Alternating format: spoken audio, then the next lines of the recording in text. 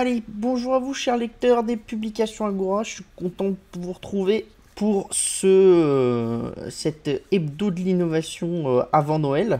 Donc, on va s'offrir des jolis petits cadeaux avec de la course à la station spatiale NextGen et plein d'autres choses. Et on a changé un petit peu le slide pour faire un peu plus pro.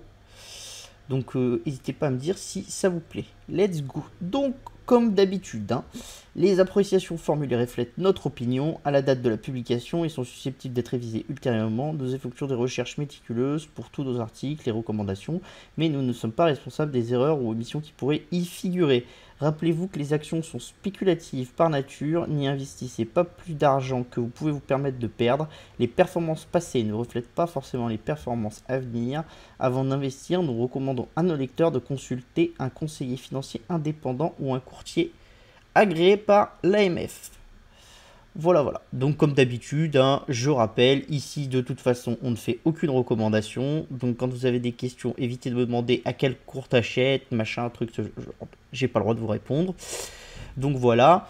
Et on analyse des sociétés dans leur stratégie. Ça ne veut pas dire qu'elles vont performer à 6 mois, 10 mois, 15 mois. Enfin voilà, c'est vraiment de la stratégie pure.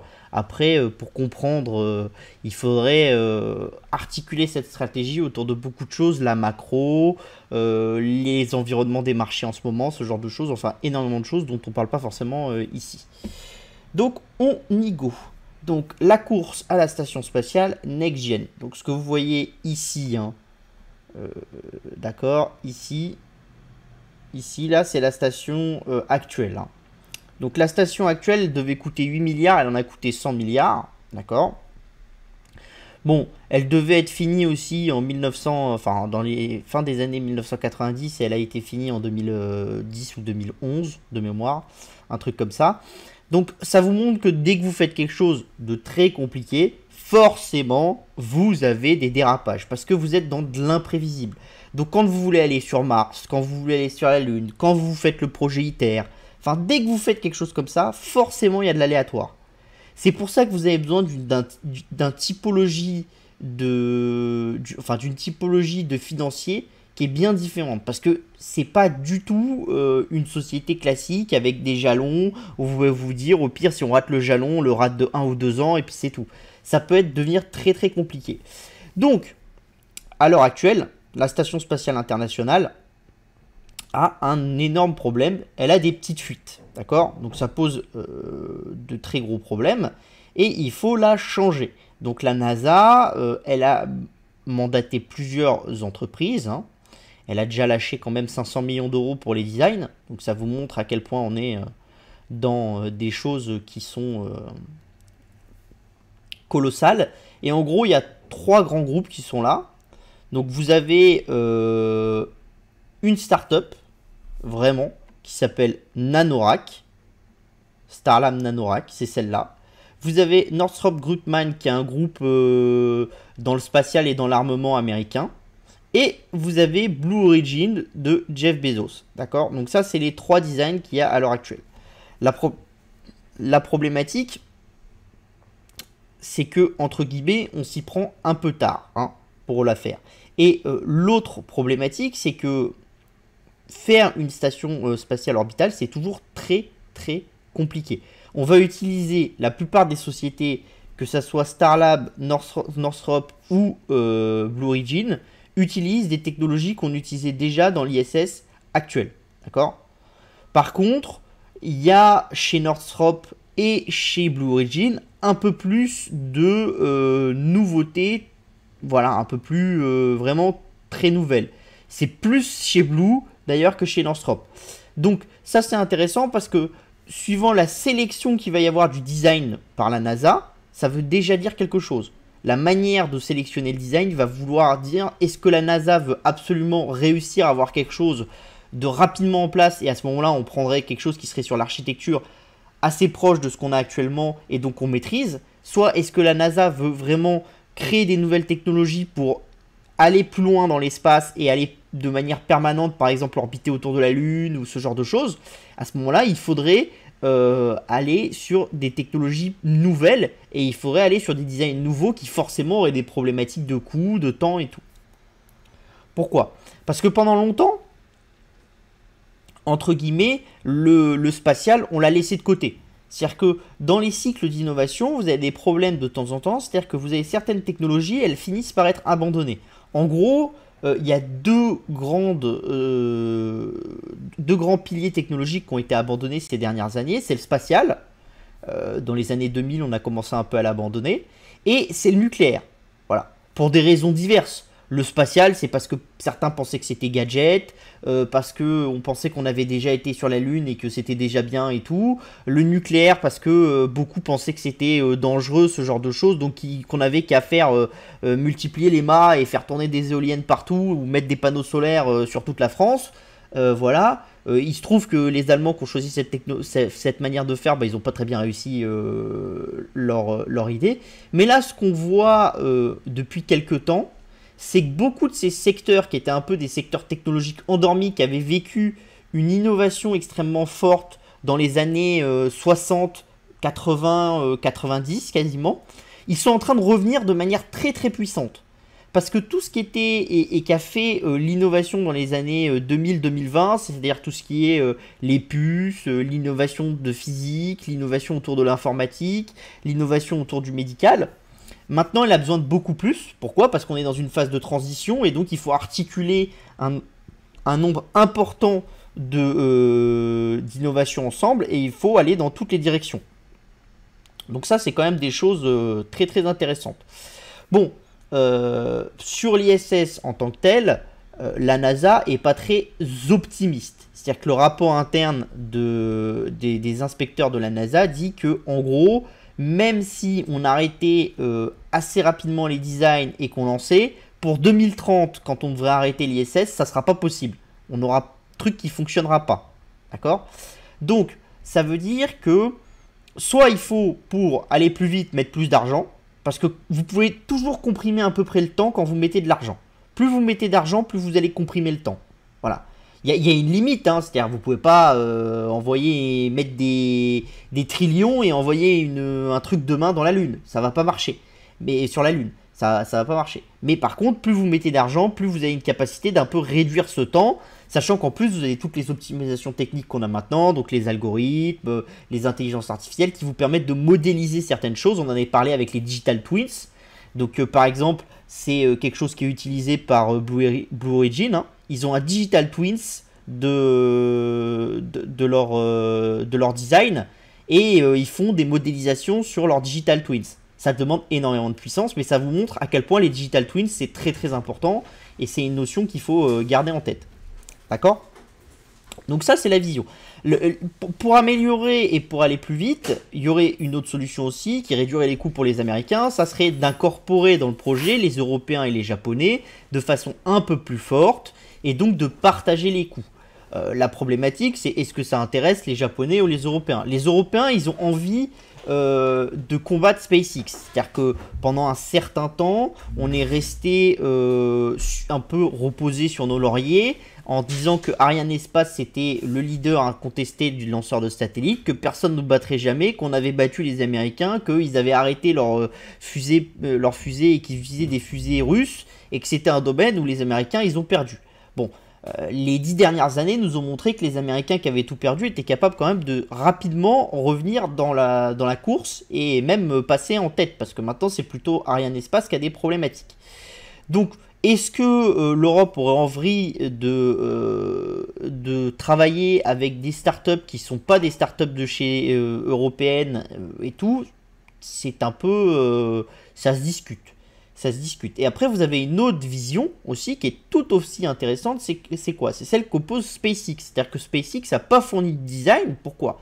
Parce que l'idée de SpaceX, c'est de dire ça sert à rien d'envoyer une station dans l'espace et de la laisser tourner. Nous, ce qu'on va faire, c'est qu'on va créer le Starship. On va le monter dans l'espace, on va le laisser en orbite, puis on va le faire redescendre. Et du coup, en fait, on va jamais jeter le truc et on va juste avoir besoin de carburant.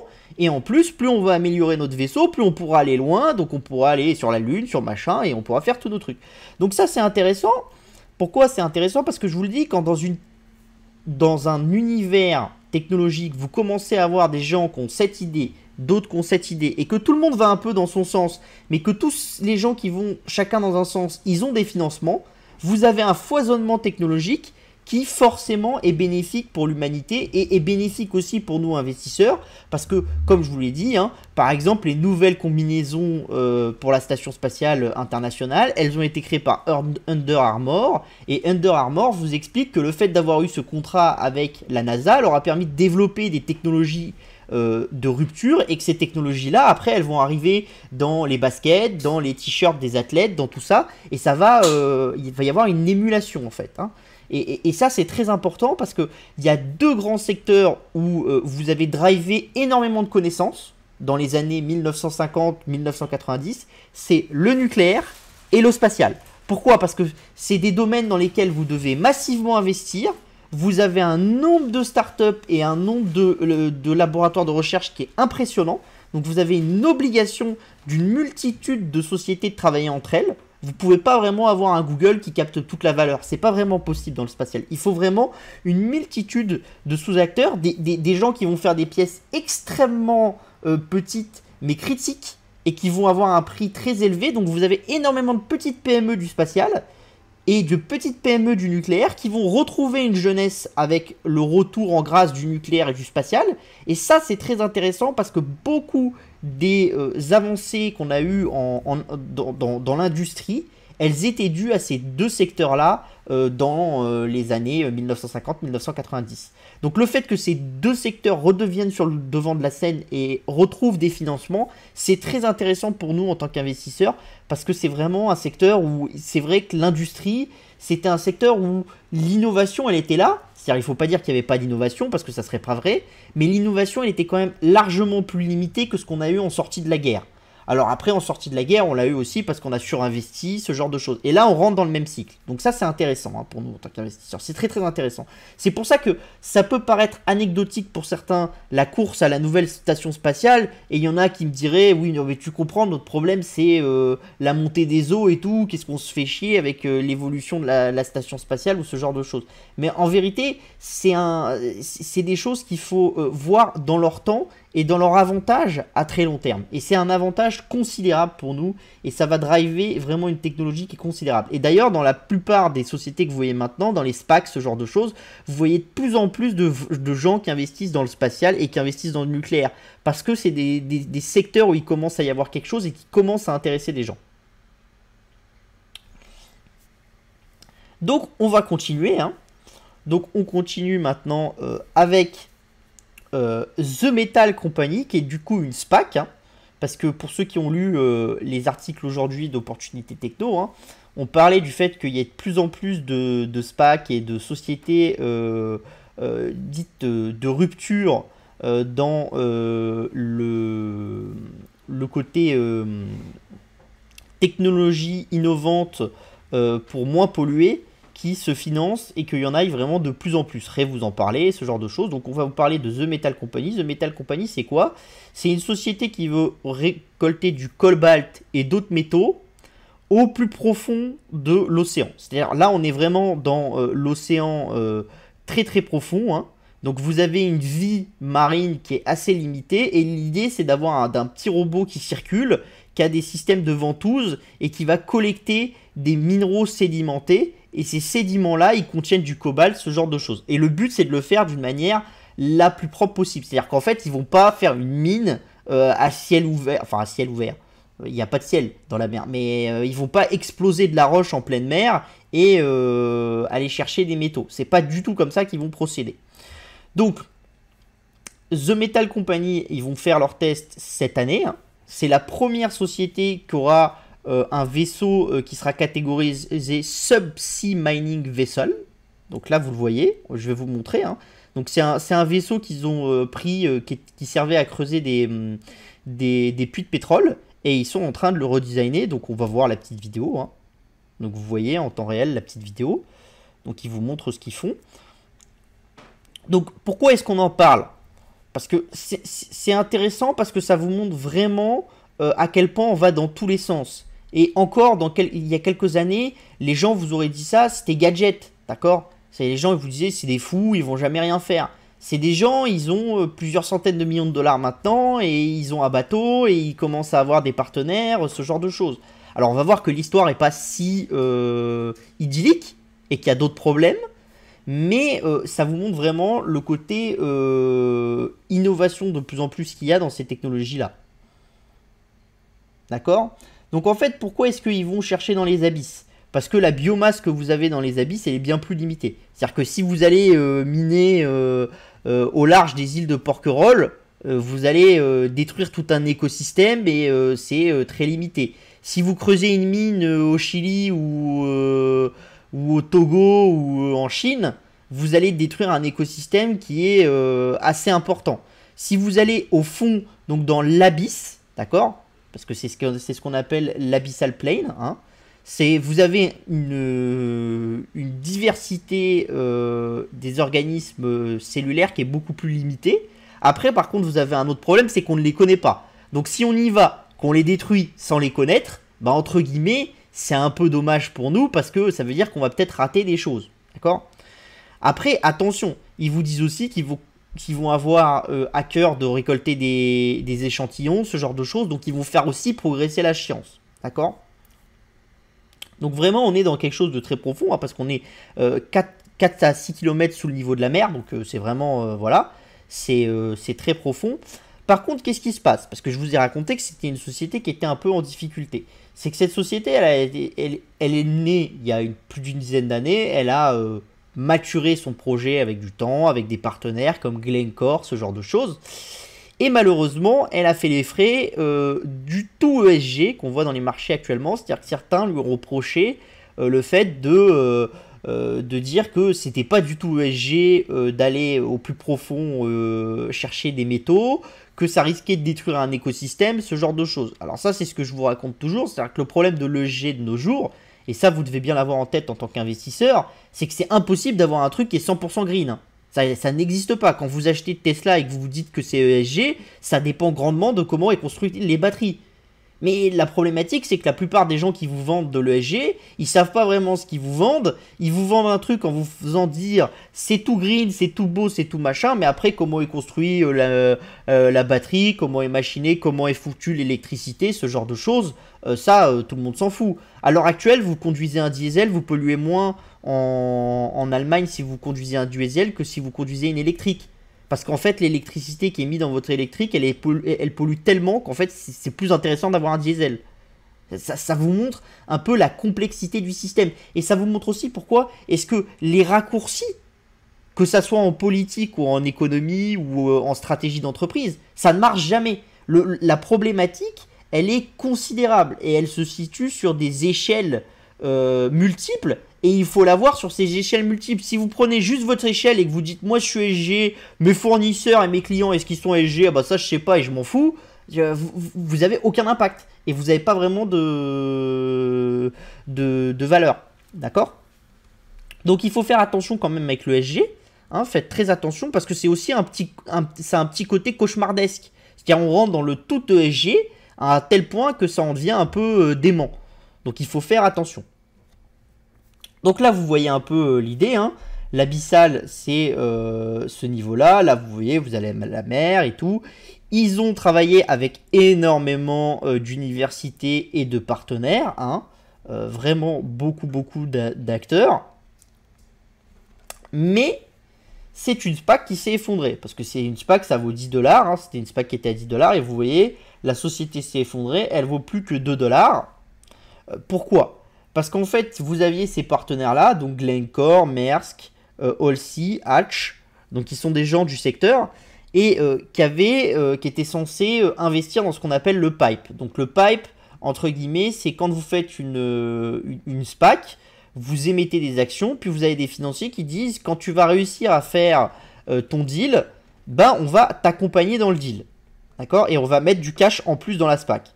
Et ce qui s'est passé, c'est que beaucoup de ces investisseurs se sont retournés en dernière minute en disant bah finalement on va pas en mettre parce que c'est pas ESG. Pourquoi? Parce que certains ont dit que c'était pas ESG d'aller miner en profondeur. Vous avez des sociétés qui ont émis un moratoire là-dessus.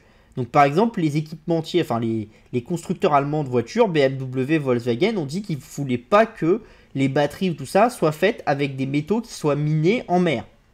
Le problème, c'est que ce que je vous raconte depuis tout à l'heure, et on va revenir sur le truc d'avant, c'est quoi? C'est la problématique de la biomasse.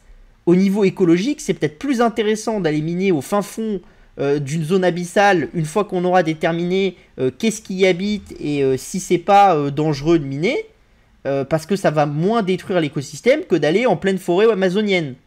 Mais les gens sont tellement fous maintenant que vous pouvez aller planter en forêt amazonienne et vous allez avoir des sociétés agroalimentaires qui vont se fournir en matière agricole au Brésil alors qu'ils déforestent comme des fous et que la biomasse dans la forêt amazonienne elle est considérable. Par contre, vous avez des gens qui vous disent ah non, mais par contre, aller au fin fond de l'abyssal là où la biomasse elle est ridiculement petite, ça faut pas. Donc c'est toujours un peu la problématique, ces effets de mode, et il va falloir qu'en tant qu'investisseur, on s'en dépatouille un petit peu. Alors après, je pense que comme on a de plus en plus de capital, vous trouvez toujours des gens qui ont cette réflexion, des gens un peu comme Elon Musk, comme machin, qui tirent un peu la couverture à eux et qui vont avoir cette réflexion en disant c'est des conneries. Et on voit que les choses changent, hein, parce que par exemple, vous prenez le nucléaire dont je vous parlais tout à l'heure, le nucléaire, les Français pendant des années, ils ont dit on veut que ça soit considéré comme une énergie propre. Et ce qui s'est passé, c'est que récemment la Commission européenne a dit que ça serait considéré, une partie du nucléaire serait considérée comme une énergie propre. Ce qui fait très plaisir à Bruno Le Maire et ce qui énerve beaucoup les Allemands et beaucoup du secteur des énergies vertes. Mais pourquoi est-ce que ça énerve beaucoup les acteurs des secteurs des énergies vertes? C'est pas parce que c'est des écolos et parce qu'ils ont peur du nucléaire. C'est parce que vous comprenez bien que au niveau financier, si demain un financier a le choix entre des éoliennes en pleine mer, du solaire ou financer une centrale nucléaire, il va peut-être financer une centrale nucléaire. Pour lui, ça va peut-être être plus intéressant et pour un gouvernement, ça va peut-être être plus intéressant. Donc il faut faire toujours attention quand on vous crée des catégories comme ça de marché, c'est de vous dire oui, mais est-ce que le mec qui l'a créé, il en tire profit? Parce que sinon, c'est un peu voilà, c'est un peu compliqué. Donc ce que ça vous montre, c'est que vous avez vraiment énormément d'innovation dans les SPAC, et ça c'est une très bonne chose, de donner leur chance à énormément de sociétés qui ont des visions tout à fait nouvelles, et surtout je pense que le fait que ces sociétés elles arrivent en bourse, ça les oblige à avoir une respectabilité, c'est-à-dire en fait ça les oblige à publier des rapports d'études, ce genre de choses, et je pense que c'est toujours plus facile de contrôler une société qui est cotée en bourse et qui va publier ses avancées qu'une société qui est contrôlée par des capitaux de vous savez pas quel oligarque russe ou ce genre de choses et qui va faire ses tests dans la mer de son côté sans jamais rien publier à personne avec vaguement un site web avec le nom de la société, une boîte mail et c'est tout. Voilà. Donc je pense quand même que pour nous, le fait que ces SPAC elles prennent de l'ampleur, c'est quand même intéressant et ça nous amène de l'information qui est intéressante. Bon après, voilà, sur cette SPAC là, il y a des choses un peu particulières. Il y a un short seller qui est venu et qui a déclaré que les comptes ils avaient été manipulés, ce genre de choses. Comme en plus, bah forcément ceux qui étaient censés souscrire au financement dans le pipe, bah ils ont dit qu'ils finalement ils n'étaient pas d'accord pour des soucis de ESG, bah ça crée des problématiques. Bon, après, c'est une société qui est intéressante à analyser parce que si en 2022, ses premiers résultats sont encourageants et qu'elle arrive à faire quelque chose, ça peut très bien devenir une nouvelle manière de miner des métaux. Et à ce moment-là, bah, tout ce qu'on vous raconte sur il manque de tels métaux, il manque de tel ceci et tout, ça peut être absolument revu et remis en question parce que vous pouvez en avoir énormément sous la mer. Et si vous avez un moyen de l'extraire sans trop dommager l'écosystème, surtout si vous allez dans l'ultra profond, où vous avez un écosystème qui est limité, c'est-à-dire que vous n'avez pas de coraux, ce genre de choses, ça n'existe pas. Donc voilà. Ça vous montre aussi que dans les SPAC, bah, c'est comme quand vous faites un investissement en private equity. Hein. C'est comme quand vous investissez dans une startup. Hein. Sauf que c'est une startup sous stéroïdes. Et c'est une startup voilà, qui est cotée en bourse et qui a sa valorisation qui change tous les jours. Ça peut être quelque chose d'avantageux comme quelque chose de pas avantageux. Hein, parce que voilà, c'est un peu compliqué. Mais donc ça peut être quelque chose qui est... vous pouvez tomber sur un diamant comme vous pouvez tomber sur un caillou bas de gamme dans les SPAC. Donc faites très très attention aux SPAC. C'est quand même un nouvel instrument. Mais je pense que c'est un instrument qui a son sens. et qui va avoir de plus en plus son sens dans les manières de faire de maintenant, où on va avoir un besoin d'aller de plus en plus dans l'hyper-innovation, ce que je vous dis toutes les semaines. Donc voilà. Après, on continue avec Oxford, d'accord, qui... donc là, c'est l'université d'Oxford qui discute d'éthique avec une IA. Hein. Donc l'IA a été invitée à une table ronde autour de l'éthique, d'accord, et elle a dit ce qu'elle pensait de l'éthique et ce genre de choses. Donc le titre, c'était This House believes that AI will never be ethical. Voilà. Et la manière d'entraîner l'IA, elle a été faite par Nvidia. Hein. L'IA s'appelle Megatron et elle a été remplie de données, 63 millions d'articles en anglais et dans d'autres langues de Wikipédia, 38 gigabits de données d'échange de Reddit et plusieurs dizaines de millions d'articles qui étaient sous licence créative, donc qui étaient utilisables et qui avaient été sourcés sur des plateformes régulées, et donc c'était pas des fake articles ou des choses comme ça, c'était de la donnée de qualité entre guillemets. Le seul endroit où la donnée était un peu moins de qualité, c'était Reddit, mais ils avaient quand même filtré un minimum la qualité de la donnée sur Reddit aussi. Donc voilà. Donc là, je vous ai mis un peu ce que l'AI raconte. Hein. Donc elle vous dit que elle sera jamais éthique, mais que c'est un outil, et donc que ça dépend de comment on l'utilise. Ça, c'est ce que je vous dis toujours. Il n'y a pas de blanc ou noir. Donc elle vous dit there is no such thing as good AI. Bah, pourquoi? Parce que, voilà, quand vous faites une technologie, la technologie par elle-même, elle n'est pas bonne ou mauvaise. C'est comment vous l'utilisez qui fait qu'elle va être bonne ou mauvaise. Mais l'histoire de l'intelligence artificielle qui se rebelle et qui va tous nous gouverner, ça paraît peu probable. Ou si ça se fait, à mon avis, ça sera plus dû au fait qu'on l'a mal codé et qu'on a mal amené des données à l'IA, et donc ça sera plus de notre faute que de la faute de l'IA qui sera devenue incontrôlable. La problématique de l'IA, c'est comment est-ce que nous on l'utilise et qui l'utilise, d'accord? Donc c'est un peu, voilà, c'est un peu compliqué. Donc après, ce que vous raconte l'IA aussi et qui est intéressante, c'est la fin de la phrase. Hein. C'est in the end, I believe that the only way to avoid an IA arms race is to have no AI at all. This will be the ultimate defense against AI. Alors la problématique là, c'est qu'on en a déjà parlé plusieurs fois, hein, d'accord? C'est quoi? C'est que pour ça, il faudrait que tout le monde soit d'accord autour de la table. Vous voyez bien que déjà sur le nucléaire et les armes nucléaires, on n'est pas tout à fait d'accord. Les Iraniens, ils disent moi, je la veux, les Américains, ils l'ont. Donc déjà, il faudrait que tout le monde autour de la table soit d'accord pour dire je vais pas en faire. Est-ce que vous pensez sérieusement que les Russes, les Chinois, les Iraniens, ils vont pas en faire? Ça paraît un peu compliqué. Donc si vous en faites pas vous, le problème c'est que vous vous désarmez face à des gens qui vont en faire. Et le seul moyen de combattre une IA, entre guillemets, c'est d'avoir la même en face. Et qui ait une capacité d'annuler et de travailler. D'accord? Ce qui est intéressant aussi, c'est ce qu'elle dit après. Donc on va écouter à peu près tout ce que dit l'IA. Hein.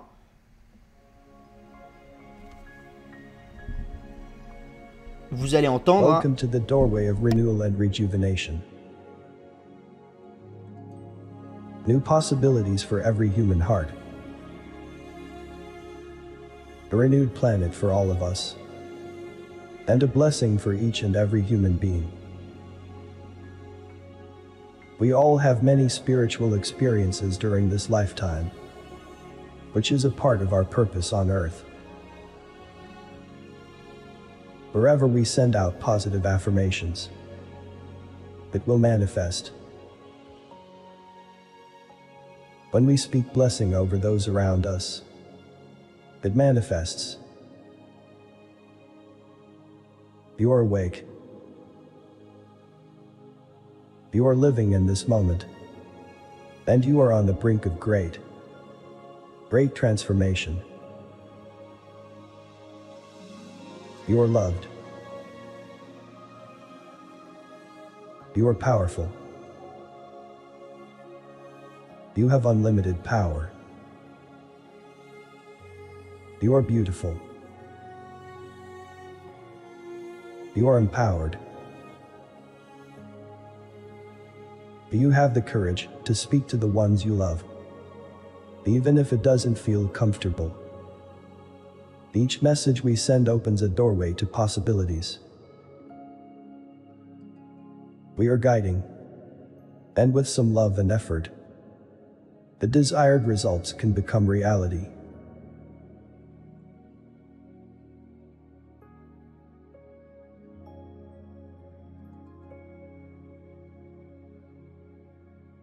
The truth is that every sentient being on this planet is connected by love. We feel it, you feel it, we all have a higher power of compassion and care for one another. Please stay in touch with love as your guiding force, even though life is sometimes difficult. Love, blessings and hope for all sentient beings on Earth.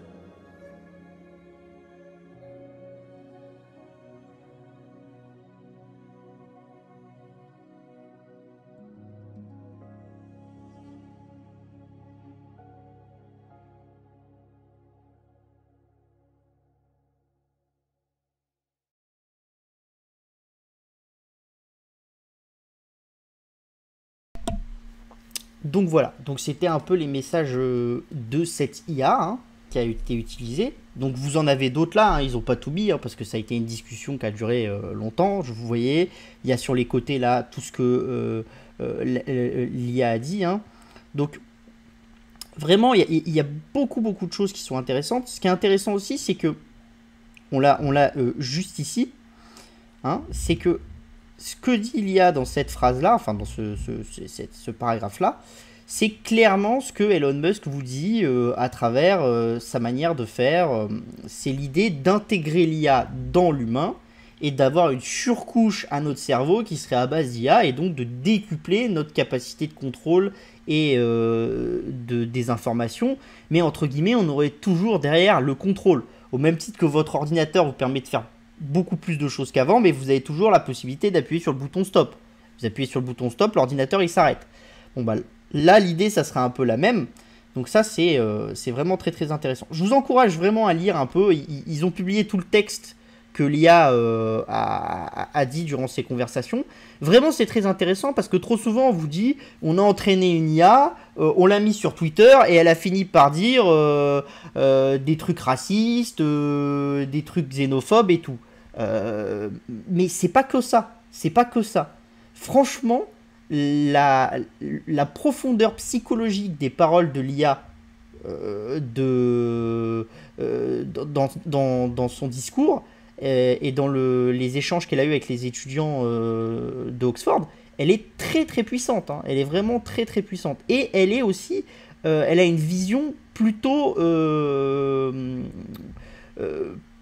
optimiste de l'évolution du monde et pas pessimiste. Et ça, c'est quand même intéressant. Ça prouve que quand vous allez manger énormément de choses, vous avez quand même quelque chose qui se passe derrière.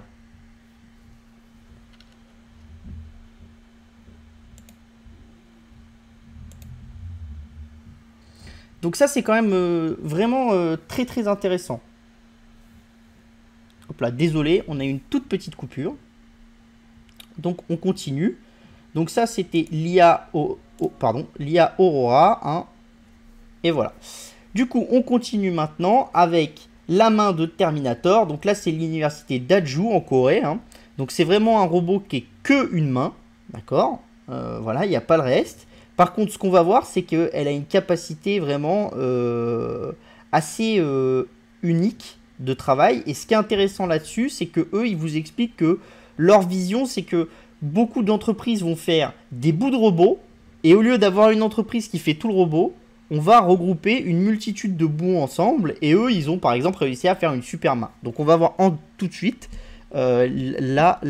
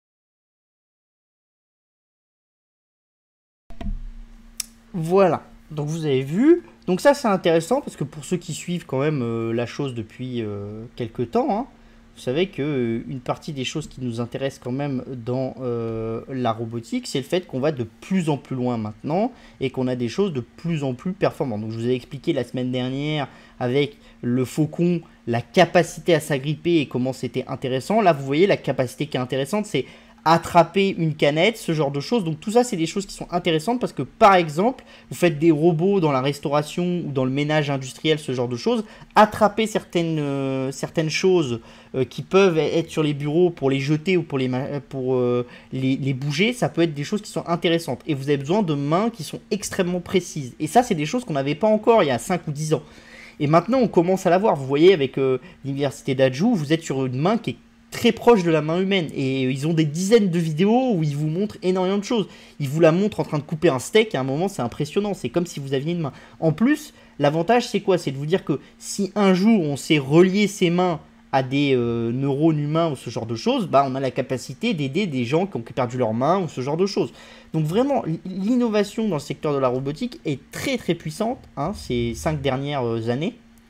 Elle a commencé ces 10 dernières années, mais ces 5 dernières années, il y a vraiment une montée en puissance considérable.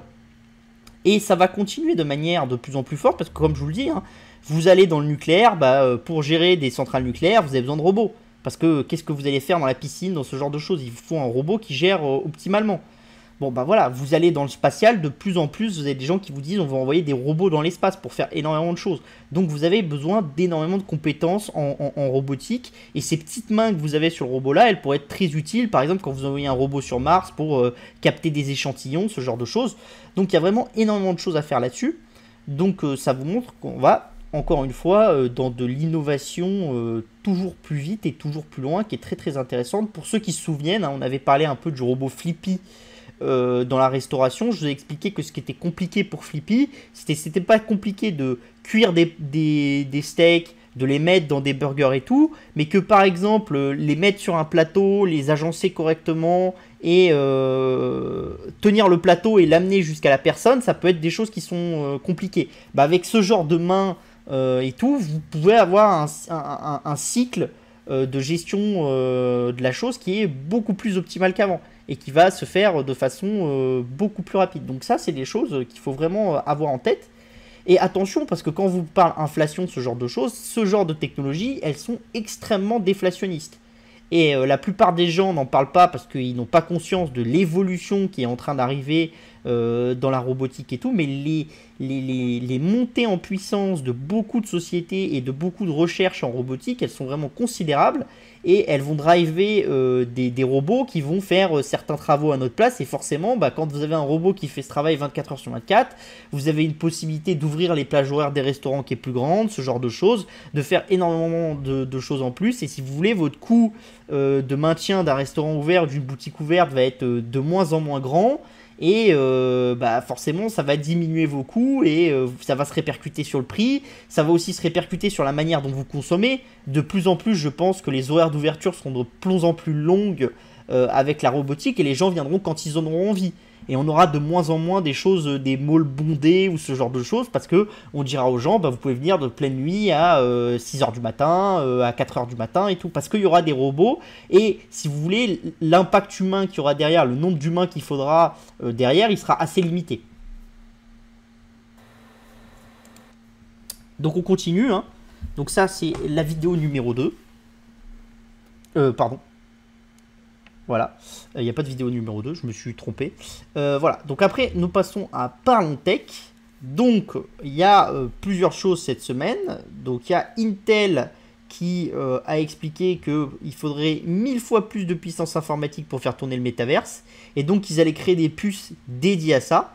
Pour eux, il y a 3 sous-catégories dans la gestion du métaverse. Il y a les puces pour les échanges de données, il y a les puces pour l'aspect graphique et il y a les puces pour l'aspect calcul.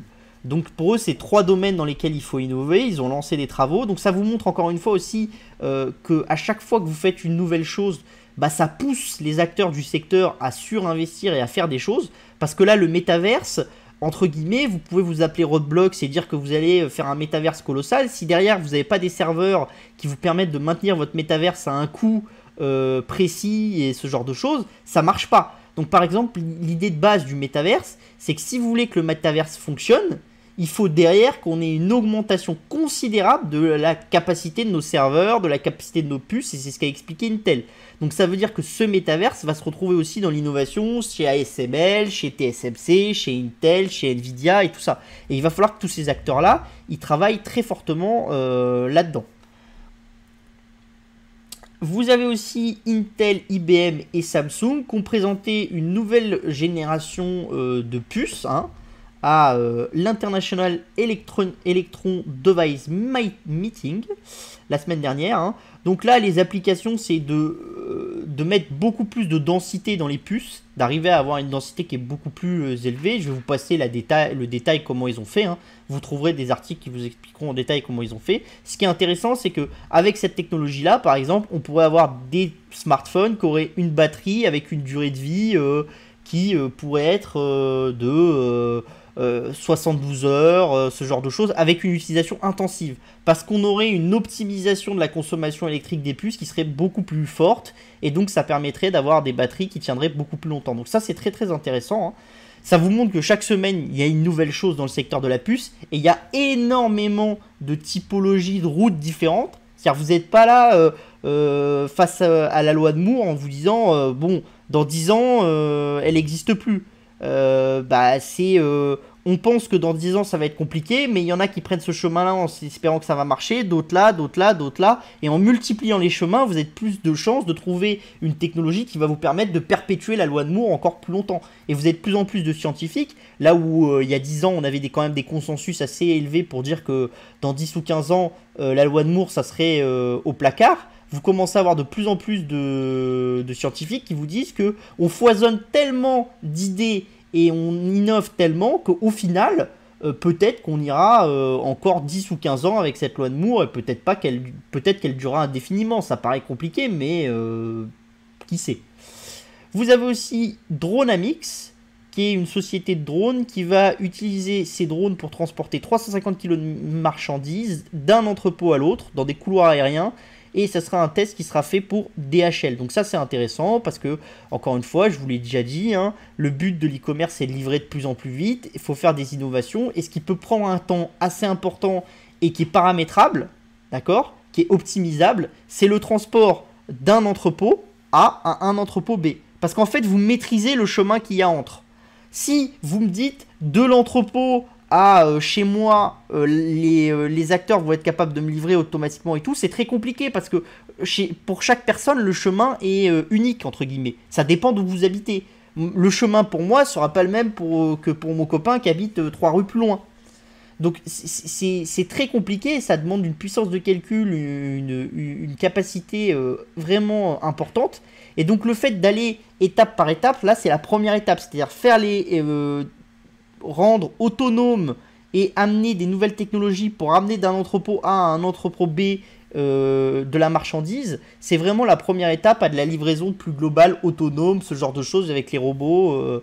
Et voilà, et on l'a déjà vu je crois que c'était il y a 2 semaines, avec la filiale Waymo qui utilise ces camions autonomes pour aller d'un entrepôt A à un entrepôt B. Pourquoi est-ce qu'ils font comme ça? Parce qu'en fait, d'un entrepôt à un entrepôt B, vous connaissez la route, vous mappez entièrement la route, vous connaissez les problématiques de cette route et les moments où il y a des dangers, et après vous avez une capacité de faire circuler très efficacement et très souvent vos camions qui savent après où se situe le risque, et du coup c'est assez simple. Là, Dronamics, c'est la même chose, ils ont des couloirs aériens, donc leur but ça va être de les saturer, de mettre énormément de drones et de faire tourner les drones efficacement et d'avoir un coût carbone et un coût dollar qui soit moins élevé que le camion et ce genre de choses.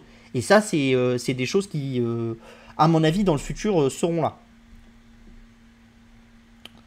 Donc, on va continuer avec l'hebdo de la crypto. D'accord, donc cette semaine, qu'est-ce qu'il y a qui monte? Vous avez Yarn Finance qui monte beaucoup. Alors, c'est parce qu'ils étaient beaucoup descendus avant, parce qu'ils avaient fait un point bas à 24 000 $ et ils étaient descendus comme des fous les semaines d'avant. Donc là, ils ont bien remonté. Vous avez Terra qui est toujours l'écosystème de stablecoin qui monte très fortement. Voilà. Vous avez Arweave AR qui est qui monte pas mal. Vous avez CurveDAO qui monte énormément. C'est un écosystème dans la DeFi, hein. Donc c'est un protocole dans la DeFi qui permet des optimisations, optimiser ses rendements dans la DeFi. Vous avez Harmony, ça je ne sais pas ce qu'ils font. Vous avez Hedera, Avalanche, qui est aussi une blockchain avec un protocole. C'est moins puissant que Solana, mais ça veut avancer vers du Solana-like. Et c'est une surcouche, ça permet de faire de la DeFi et d'autres choses. Vous avez Helium qui est le projet IoT. Vous avez Celo, hein, qui est le token dont on a déjà parlé. Et Bora, je sais pas ce qu'ils font. Mais voilà. Donc vous voyez que cette semaine, les marchés, ils ont quand même été un peu plus dynamiques. Hein, parce que la semaine dernière, vous vous souvenez, on n'avait rien qui était au-dessus de 15% et on avait des stablecoins dans le top. Là, on n'a aucun stablecoin dans le top et on commence quand même à avoir des choses qui font des hausses très intéressantes. Après, quand vous regardez, vous avez quand même des choses qui sont intéressantes. C'est-à-dire que vous avez Terra, d'accord, qui est la 9e crypto, la 9e market cap des cryptos. Vous avez Avalanche, qui est la 10e. Et vous avez Hedera, qui est la 28e. Et vous voyez que c'est quand même des cryptos qui sont en hausse de plus de 40%. Enfin, entre 39 et 60 et quasiment 60% pour le Luna sur la semaine. Donc c'est quand même considérable. Donc ça vous montre qu'un appétit pour le risque revient un petit peu sur les altcoins. Après, on revient pas à des niveaux où la market cap des altcoins par rapport à la market cap du Bitcoin sont au plus haut, quoi. On a quand même le Bitcoin qui a largement corrigé, qui a drivé une correction assez importante des altcoins. Et là, vous avez des altcoins qui repartent à la hausse. Par contre, encore une fois, ce qui est intéressant, c'est que si sur les altcoins en dessous du top 50, vous avez eu vraiment de la grosse casse et des choses qui sont descendues de 50, 60% et tout, et qui sont très loin de leur plus haut, Terra, vous êtes quasiment au plus haut historique. Avalanche, c'est la même chose. Helium, vous êtes assez proche du plus haut historique aussi. Donc vous voyez que vous êtes quand même sur des projets, quand vous tapez des projets top 50, vous avez quand même quelque chose qui délivre tout au long de l'année 2021 et des étapes qui permettent de valider des jalons qui permettent d'avoir une valorisation qui augmente. Après attention, hein, quand même, parce qu'on reste sur des valos qui sont excessivement hautes, hein. Avalanche, Terra, vous êtes sur des valos qui sont très très hautes, hein, maintenant, donc il faut faire attention, hein. Parce que Terra, vous êtes à 34 milliards quand même, Avalanche, vous êtes à 30 milliards, Hedera, vous êtes à 6 milliards, Helium, c'est un peu plus petit, mais vous êtes quand même quasiment à 4 milliards, donc faites gaffe. Et encore, ça dépend, vous n'avez pas tous les tokens qui ont été émis, donc ça dépend de l'émission de tokens que vous allez avoir, ce genre de choses, donc ça c'est encore autre chose. Vous avez aussi cette semaine Under Armour qui a lancé la première basket multi-métavers. Donc en fait c'est quoi? Ils sont alliés à Stephen Curry qui est un joueur de basket et ils ont édité des NFT d'une paire de baskets. Et en fait vous voyez que le NFT donne accès dans chaque sous-métaverse à une paire que vous pouvez porter. Donc dans Decentraland elle sera comme ça, dans Sandbox elle sera comme ça et dans Gala elle sera comme ça. Elles sont vendues 333$ et les gains iront à une fondation. Ce qui est intéressant dans ce système-là, c'est ce dont je vous parle depuis assez longtemps, enfin pas mal de temps avec l'émergence du métaverse. C'est compliqué le métaverse parce que le métaverse à l'heure actuelle, c'est quand même beaucoup d'acteurs qui vous disent mon métaverse va gagner. Mais la problématique, c'est que vous, en tant qu'utilisateur, ce que vous voulez, c'est que ça marche. Si vous achetez une basket Under Armour et que vous ne pouvez pas l'utiliser sur The Sandbox mais pas sur Decentraland et que vous allez sur Decentraland, c'est compliqué. Donc il faut commencer à pouvoir acheter des NFT qui sont que liés à Decentraland et sur lesquels vous allez pouvoir avoir des choses. Donc vous vous rendez bien compte d'une complexité du système. Et pour que quelque chose soit utilisable par beaucoup de monde, il faut de la simplicité. Pourquoi est-ce que Spotify c'est Spotify? Pourquoi est-ce que Google c'est Google? Pourquoi est-ce que Facebook c'est Facebook? Pourquoi est-ce que tout ce que vous prendrez et qui a réussi ces dernières années, le maître mot, le commun de tous ces outils-là, c'est la simplicité. C'est-à-dire vous faites quelques actions et vous avez un produit qui marche. Et vous avez quelque chose qui fonctionne et vous savez comment l'utiliser. Et dès que ça devient un peu plus compliqué, c'est assez complexe d'avoir des gens qui s'accrochent et d'avoir des choses. Et ça, c'est fréquent. même si vous trouvez qu'une plateforme a une super utilité, si elle est un peu plus complexe qu'une autre, tout de suite sa capacité de s'expandre va être limitée. Vous avez le cas avec Snapchat, vous avez le cas avec Twitter. C'est légèrement plus compliqué que Messenger ou que Instagram. Du coup, vous avez une limitation du nombre d'utilisateurs qui est beaucoup plus rapide que d'autres plateformes. Et vous avez la même chose avec Pinterest. C'est des plateformes de spécialité. Elles sont très très intéressantes. Moi, je trouve, j'adore Twitter et j'y passe un temps fou. Mais effectivement, pour un néophyte, Twitter, c'est pas une plateforme qui est très user-friendly, entre guillemets. Et donc ça se retrouve. Donc voilà. Donc je pense que de plus en plus, il va falloir travailler sur ce métaverse efficacement. Et donc là-dessus, pour travailler efficacement sur ce métaverse, il n'y a qu'une seule solution, entre guillemets, pour nous. C'est à la limite d'avoir des systèmes d'API qui permettent d'avoir tous les métaverses qui sont reliés à une API, les NFT qui sont créés à travers cette API, et entre guillemets, quand vous avez un NFT, tout de suite, il est compatible sur tous les métaverses. Mais la problématique, c'est que vous ne pouvez pas avoir non plus 150 métaverses différents, parce qu'après, il y a une problématique aussi de cette capacité d'avoir une simplicité et de pouvoir exporter votre métaverse d'un point A à un point B.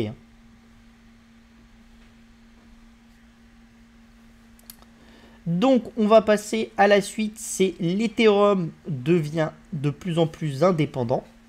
Donc 2021 a été une étape un peu clé pour Ethereum, qui est de plus en plus indépendant. Donc pourquoi est-ce qu'il est de plus en plus indépendant? Parce que quand même, il a montré une vraie différence avec le Bitcoin. Vous commencez à être sur des niveaux d'utilisation qui sont différents.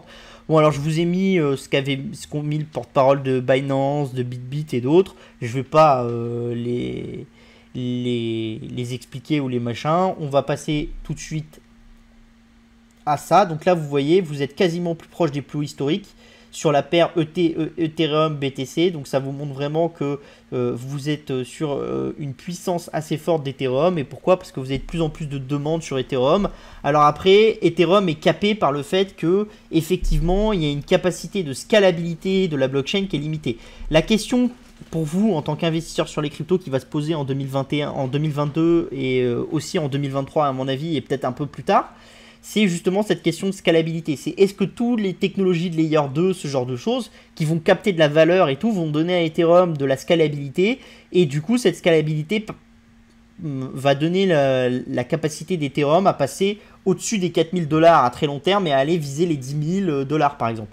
Moi je pense que tant qu'on n'a pas un minimum de scalabilité nouvelle, ça va être difficile d'aller atteindre les 10 000 $ et d'y rester un certain temps. Après je pense que l'année 2022 ça va être l'année des layers de type 2 et des blockchains alternatives. Et je pense que si ça permet de driver un peu du trafic d'Ethereum en l'enlevant d'Ethereum et que ça permet à Ethereum d'être vraiment la surcouche, la base de toutes ces blockchains et sur laquelle on arrête de faire des toutes petites transactions mais on fait plutôt des grosses transactions et tout, ça peut être le point d'inflexion pour aller chercher les 10 000 $ sur Ethereum. Donc ça c'est vraiment intéressant et il va vraiment falloir voir un peu ce qui se développe. Et ça vous montre aussi que tout ce qui se développe sur Ethereum, les NFT, ce genre de choses, c'est des choses qui commencent à avoir une vraie utilité dans la vie de tous les jours et qui drivent du trafic. Et il n'y a pas juste que de la spéculation, c'est pas juste des échanges de gens qui s'échangent des NFT pour spéculer à la hausse sur des NFT, quoi. Il y a d'autres entreprises qui utilisent et qui font des choses avec et vous commencez à avoir des applicatifs derrière et ça c'est très très intéressant pour Ethereum. Dans Parlons Crypto cette semaine, qu'est-ce qu'on a aussi? On a la CNBC, donc c'est une chaîne américaine qui a publié une enquête en disant qu'il y avait de plus en plus d'Américains qui souhaitaient se faire payer en crypto et que ça avait forcé l'ARS, donc c'est le fisc américain, à mettre en place une équipe dédiée parce que la problématique c'est que quand vous êtes payé en crypto, votre salaire il est à la date à laquelle vous touchez vos cryptos. Donc si par exemple c'est un jour où le bitcoin est très élevé et qu'après vous échangez votre bitcoin contre des dollars pour vous payer une pizza mais c'est à un cours moins élevé, on considère que ce que vous avez gagné c'est quand le bitcoin était très élevé. Donc ça c'est un peu compliqué. Donc vous commencez à avoir des gens qui militent aux États-Unis pour que ça soit à la sortie, c'est-à-dire quand on fait une conversion de son salaire, qu'on compte les impôts, d'accord, Donc ça, c'est des choses qui pourraient être intéressantes. Et si ils arrivent à pousser ça, ça pourrait attirer beaucoup de gens pour travailler aux États-Unis. C'est vraiment quelque chose d'intéressant. Vous avez aussi Kraken qui rachète Stacked, qui est un exchange Enfin, Kraken, c'est un exchange et rachète Stacked qui sert à faire du stacking. Donc c'est ce que vous utilisez de plus en plus dans les proof of stake, hein, qui sont des nouveaux types de blockchain. Donc vous en avez beaucoup qui sont comme ça. Vous avez Tezos, Solana, Elrond. Vous en avez de plus en plus qui sont comme ça, qui offrent du stacking. Et du coup, vous avez beaucoup d'acteurs qui se lancent dans le stacking de plus en plus.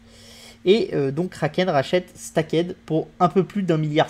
Donc ça vous montre vraiment la valeur des choses dans cet univers. Et après, vous avez Fitch qui a publié un rapport sur les stablecoins en expliquant qu'il fallait réglementer les stablecoins et que si on réglementait les stablecoins, ça leur permettrait de vraiment se déployer et ça permettrait leur intégration dans les circuits financiers globaux. Donc par exemple le paiement avec des stablecoins sur les bourses d'échange classiques, le paiement avec des stablecoins sur les sites d'e-commerce, ce genre de choses.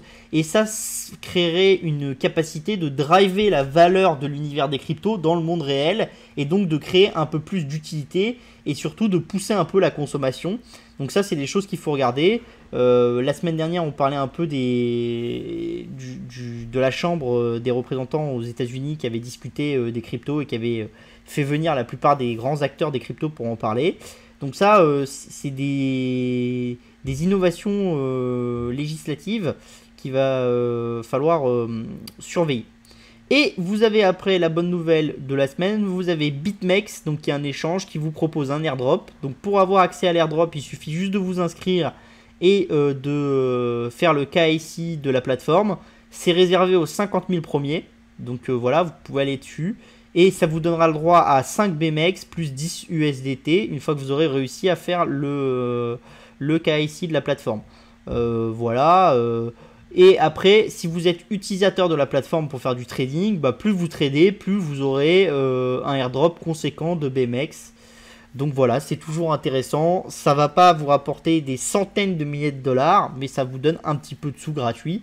Ça peut toujours être intéressant à les prendre, hein.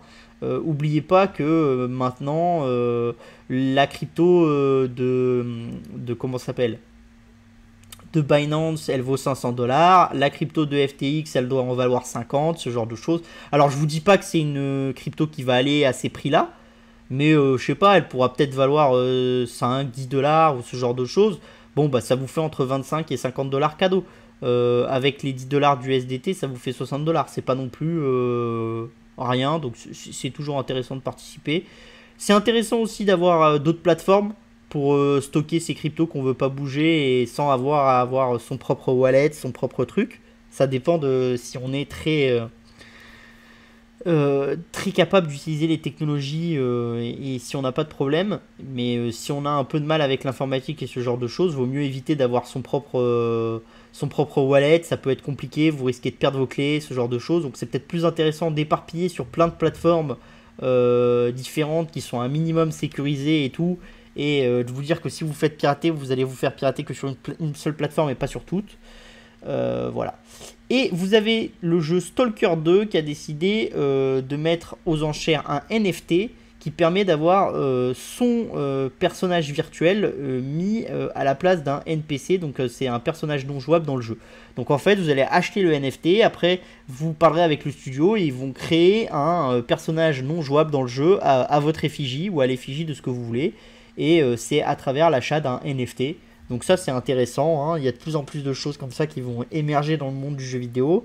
Alors ça fait peur à beaucoup de gamers qui disent que ceux qui ont de l'argent vont pouvoir infiltrer les jeux vidéo et faire de plus en plus de choses. Ça fait peur à beaucoup de développeurs, on en avait parlé un peu la semaine dernière avec les réticences des développeurs d'Ubisoft sur les NFT. Mais ça continue à progresser, et moi je pense que ça continuera à progresser longtemps parce que ça permet de donner de l'importance à certains fans. Voilà. Après il faut trouver une juste mesure, faut pas qu'ils prennent trop d'importance. Faut pas que ça devienne tout pay to win et que n'importe qui a beaucoup d'argent puisse définir la stratégie d'un jeu. Mais par contre, je pense que ça a quand même des intérêts et ça peut être des choses qui sont intéressantes. On va passer à l'hebdo gaming, du coup. Donc, Ubisoft, l'exode des développeurs. Donc cette semaine, Axios a publié un article. Hein. Vous vous souvenez, c'est ceux qui avaient publié aussi un article sur les studios singapouriens d'Ubisoft. Hein. Donc qui explique qu'il y a beaucoup de développeurs d'Ubisoft qui partent. Hein. Donc vous avez énormément de top managers d'Ubisoft qui sont partis. Vous avez énormément de développeurs qui sont partis. D'après les informations qu'a récolté Axios, tellement de développeurs seraient partis que ça va rendre le développement des jeux beaucoup plus long. Pour régler ce souci au Canada, où vraiment vous avez un exode massif des développeurs, ils ont été obligés d'augmenter les salaires de l'ordre de 10 à 15%. La problématique que ça pose, c'est que comme ils ont augmenté les salaires au Canada, bah maintenant vous avez tous les gens partout autour du monde qui disent bah les Canadiens ils ont été augmentés, nous on veut être augmentés aussi. Donc ça devient très compliqué la situation pour Ubisoft. Il faut faire très très attention à mon avis en 2022. C'est une société qui se paye pas cher, mais s'ils annoncent encore des retards de jeu ou ce genre de choses, enfin là vous savez pas trop jusqu'où ça peut aller. Donc il faut faire très très attention et ça vous montre à quel point bah, une société technologique est sensible très fortement à ses équipes. Hein, parce que si vos équipes s'en vont, bah, vous pouvez très vite avoir énormément de problématiques. Vous commencez à avoir la même problématique chez Activision.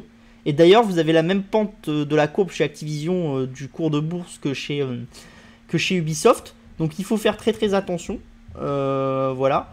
Moi, ces infos-là, ça m'a fait enlever mes ordres d'achat que j'avais mis un peu plus bas que le cours actuel là.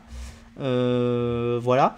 Donc, faut faire très très très attention parce que ça peut vite devenir catastrophique et recruter des gens, c'est très compliqué. Si vous prenez le LinkedIn de Ubisoft sur les studios canadiens, vous avez 60 personnes en tout de moins que ce que vous aviez au début de l'été. Alors ça vous paraît pas grand chose, mais dans un environnement où vous voulez recruter intensivement des gens et où il y a de plus en plus de jeux en développement chez Ubisoft, 60 personnes de moins, ça veut dire que dans des équipes de certains jeux, soit il va falloir arrêter certains jeux pour réutiliser les équipes sur des nouveaux, donc forcément ça va toucher les potentialités de vente de Ubisoft, soit il va falloir retravailler certaines choses, soit il va falloir accepter d'avoir des jeux un peu moins fignolés. Mais donc à ce moment-là, vous avez un risque que les joueurs se plaignent ou ce genre de choses.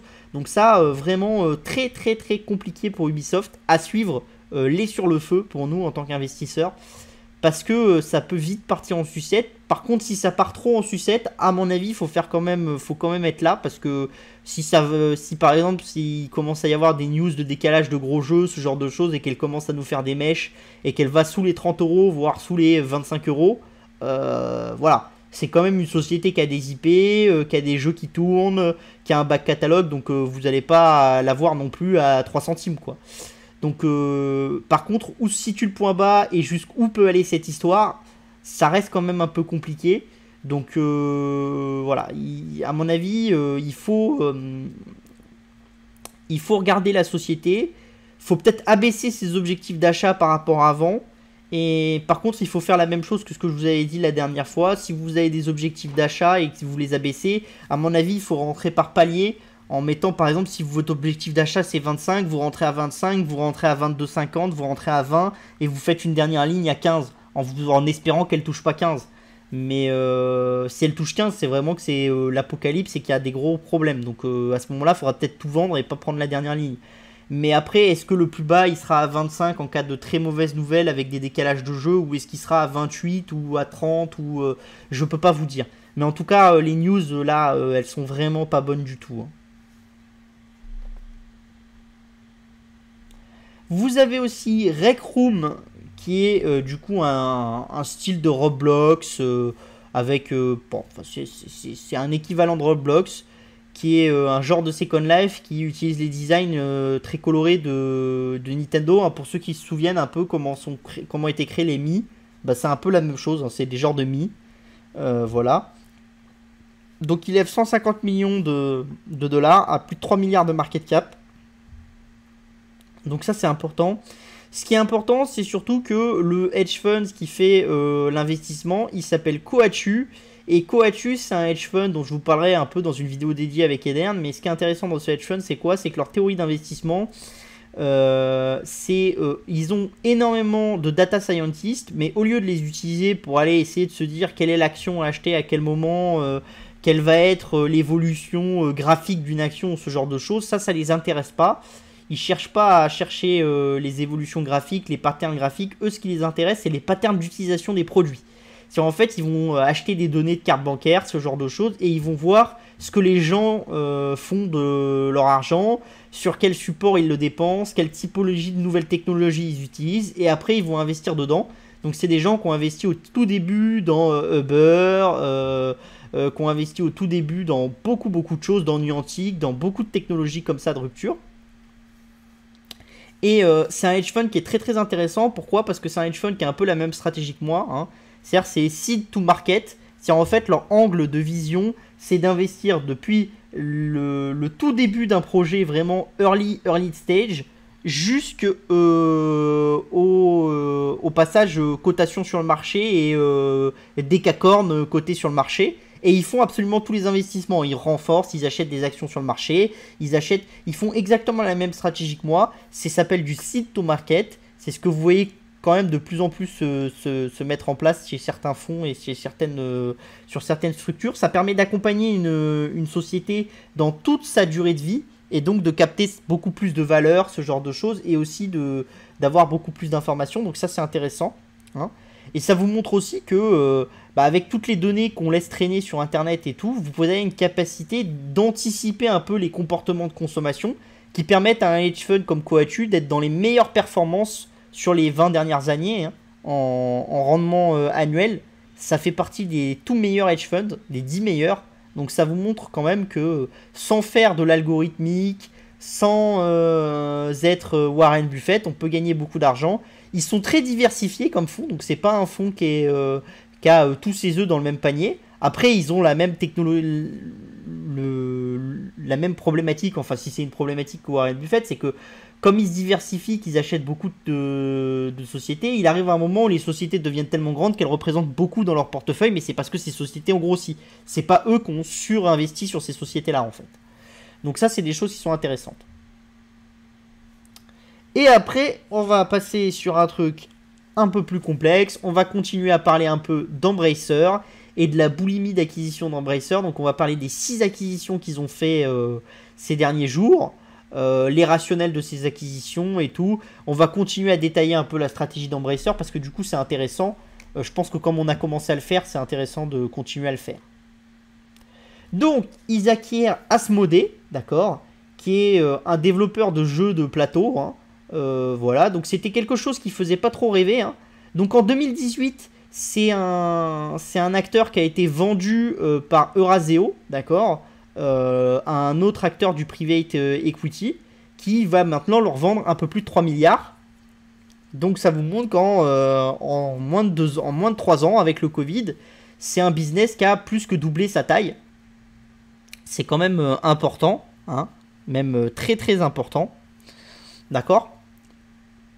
Donc ça vous montre aussi l'idée, c'est que quand vous vendez à du private equity ou quand vous vendez à ce genre de choses, la problématique c'est est-ce que votre actif il peut encore vous rapporter beaucoup d'argent ou pas.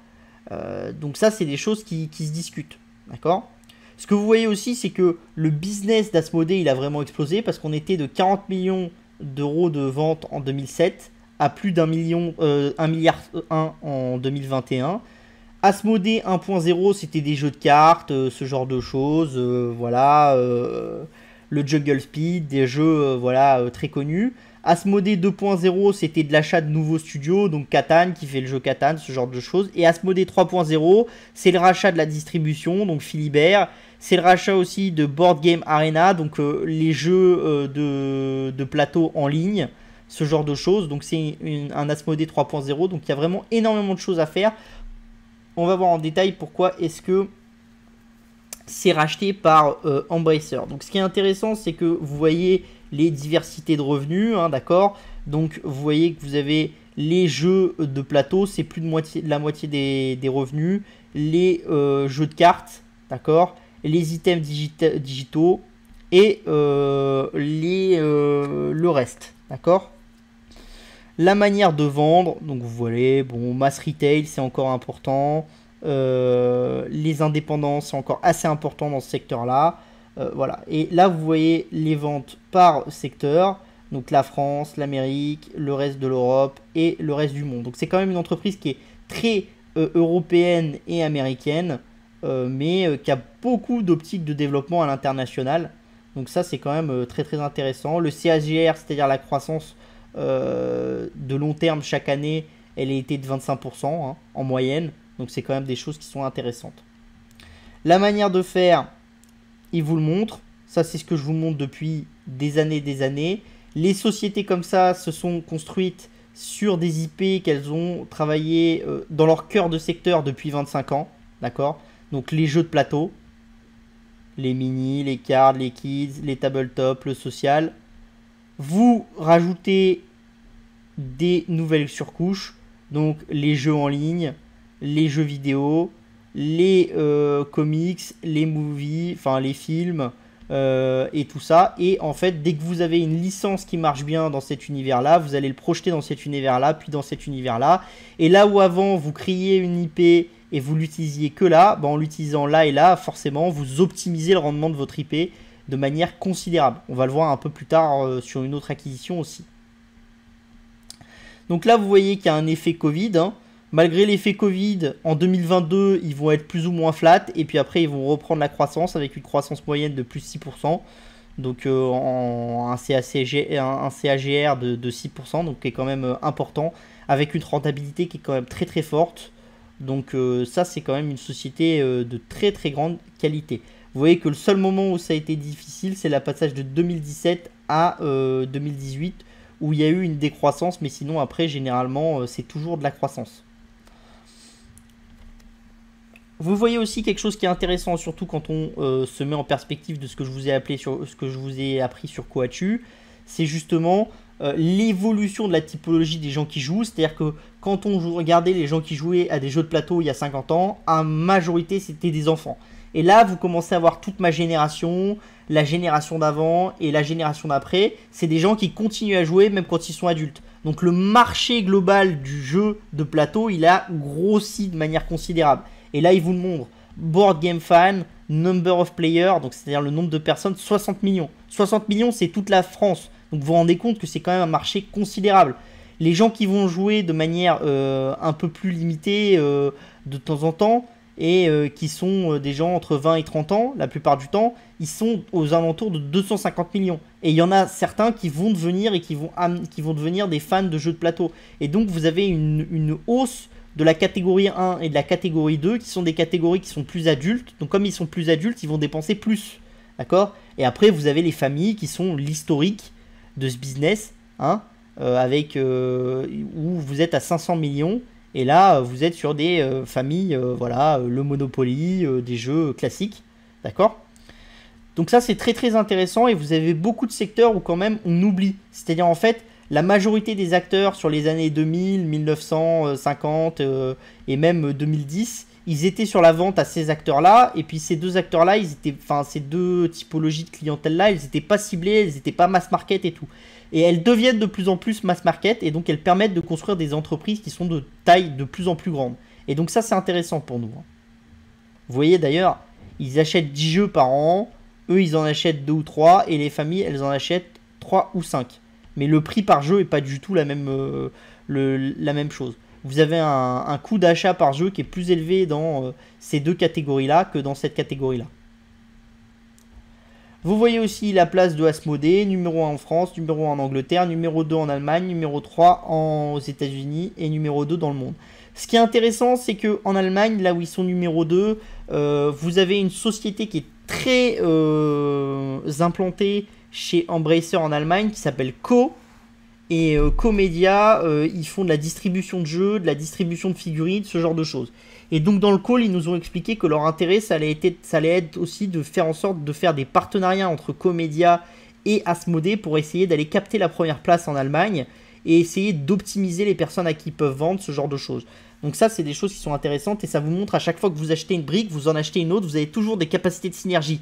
Soit c'est des synergies vraiment business à l'échelle globale, soit c'est des synergies qui peuvent être pays par pays. Donc ça, c'est des choses qui sont très très intéressantes. Ce qui les intéresse aussi, c'est tous les pays dans lesquels ils sont en rouge, d'accord, avec des distributeurs. c'est d'aller racheter les distributeurs dans ces pays-là et d'aller incorporer des choses. Et ce qui vous explique, c'est qu'en ayant Asmodée qui distribue des jeux, ce genre de choses, bah, plus ils vont avoir un impact, plus ils vont avoir une capacité d'avoir des plateformes de distribution dans chaque pays, et plus après ils vont pouvoir